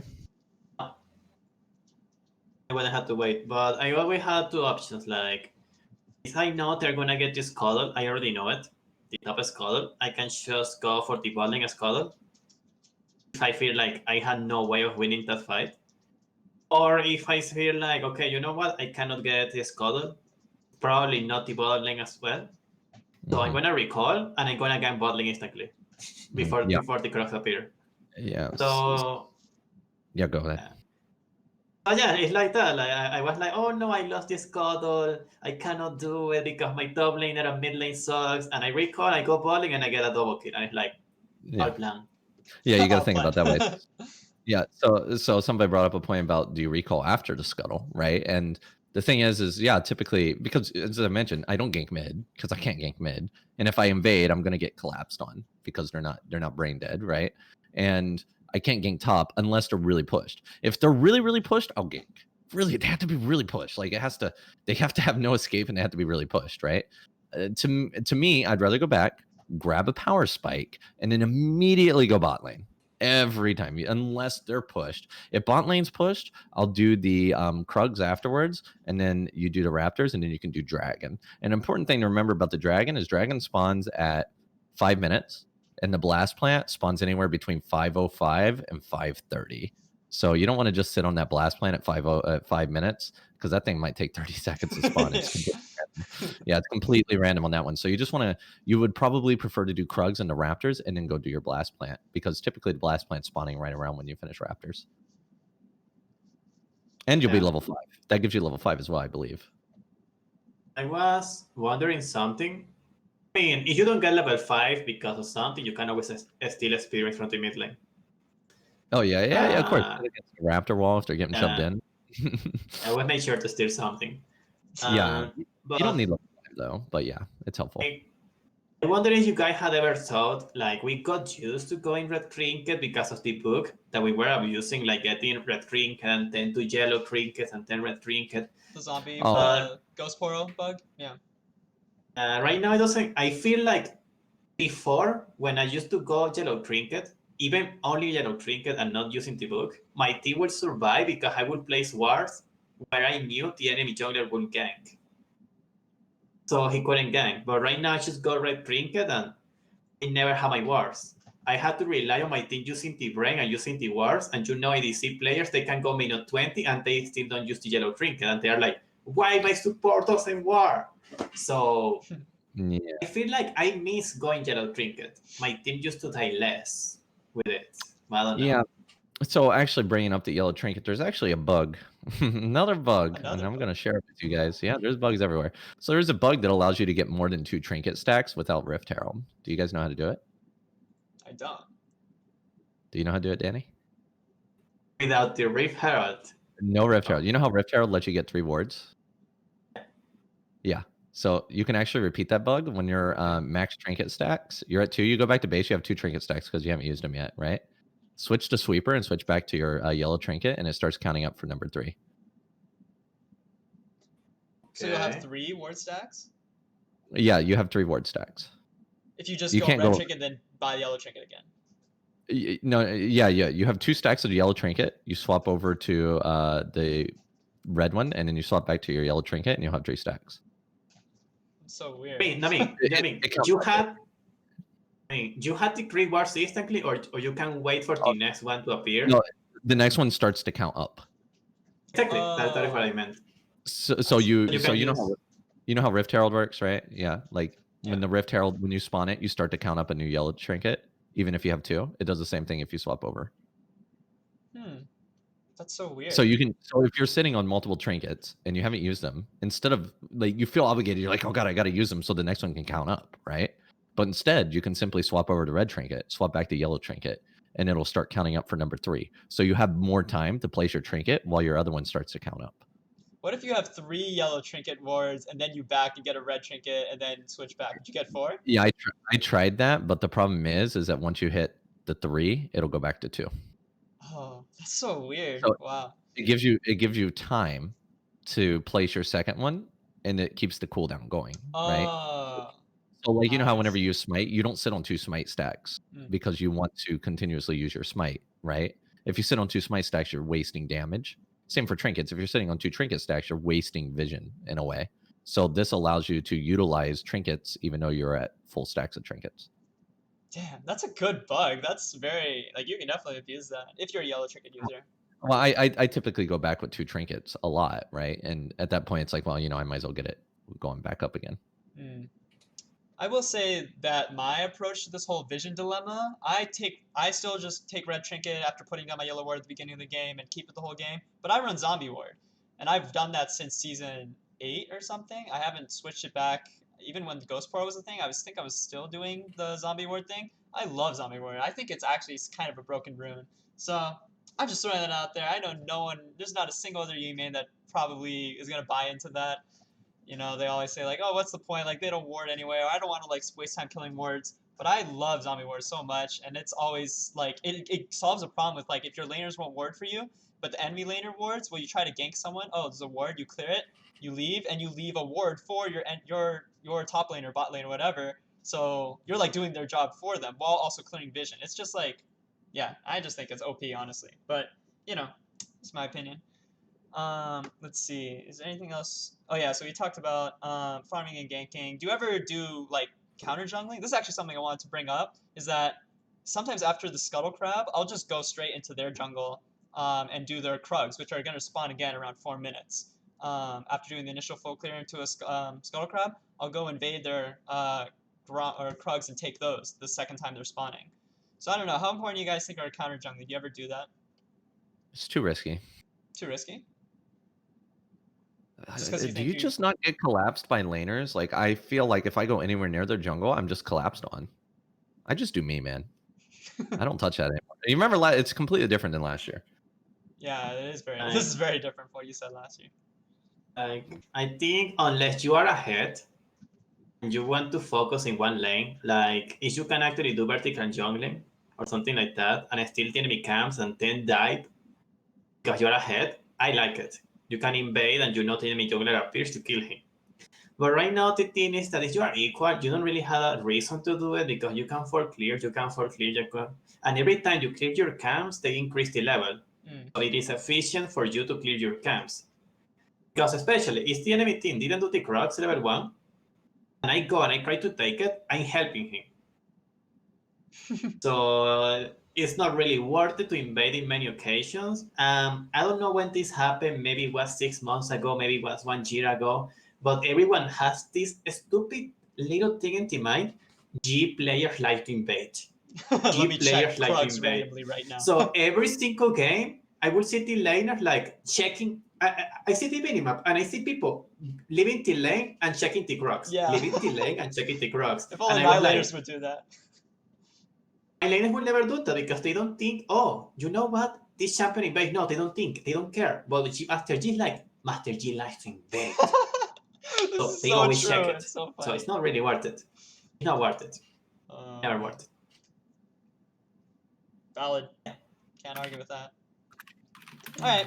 Anyway, we talked a lot about jungle pathing. Why don't we move on here? A little bit. Yeah, just a little bit. Sorry. Thank you for your patience. We are approaching the end. This is actually the last slide before we get to just like the grab bag questions, which are just like some quick random questions, and then the Q&A. So we're very close to the end. Funneling. I think this is something that, again, I don't know if any of us are really excited to talk about this. I'm not really that excited to talk about it, but the community really wants us to touch on it. Apparently, that's what seems to be the case. So if you look up Taric mid right now, the win rate is still 58%. It's still pretty strong. And this is in Diamond Plus, I think. And the thing is, I've also noticed when I look at least NA, I don't know about other servers, but I've looked at NA, Master Plus, they removed Duo, right? So you're not supposed to see funneling anymore. I still see Grandmaster funnel Yis doing funneling with their Taric, the same Taric every game. like somehow duo queuing in Master Plus or even Grandmaster. And I'm guessing the way they do this is they snipe each other at late hours where they can, often get in the same game, same team. But yeah, so it's still going on even now after the Master Plus duo was removed. So I don't know. What are your guys' opinion on this? Do you think funnel is like healthy for the game? Like, should it be here? Do you think it'll ever go away? I think Riot needs to listen to me. What are you telling them? I literally said just make Taric, Lulu, just like Orianna. Like when you apply your little attachment to them and you alpha strike, get rid of it. True. And you're that would like, be really good. you know what they told me? Well, we like to keep things consistent and not confusing. And I'm like, oh, are you gonna fix Orianna's ball then? And I didn't get a reply about that. So. Yeah, that's definitely not consistent. So, question mark. But yeah, assuming they don't fix that interaction, which by the way I agree, I think that would be a great way to fix funneling is remove the have. I mean, Q it drop fixes things. Lulu problem, it fixes Taric problem, which are the two big ones. Well, it doesn't Exactly, yeah. completely fix it, but it certainly helps. Yeah, and then maybe if you lose the Taric W on you as well, you couldn't alpha in, or else you lose the Taric ult. So I think it would help a lot if they were to do something You lose like the that. stun. You don't come out of the stun. You don't come out of alpha with the stun. You don't. I don't know. I'm gonna literally just keep pushing. I've been pushing it for over a year now. Yeah, that is like one of the worst things about it is the QE combo. But yeah, I mean, I don't know. I think if they don't fix that, it might never go away because the interaction is just so strong.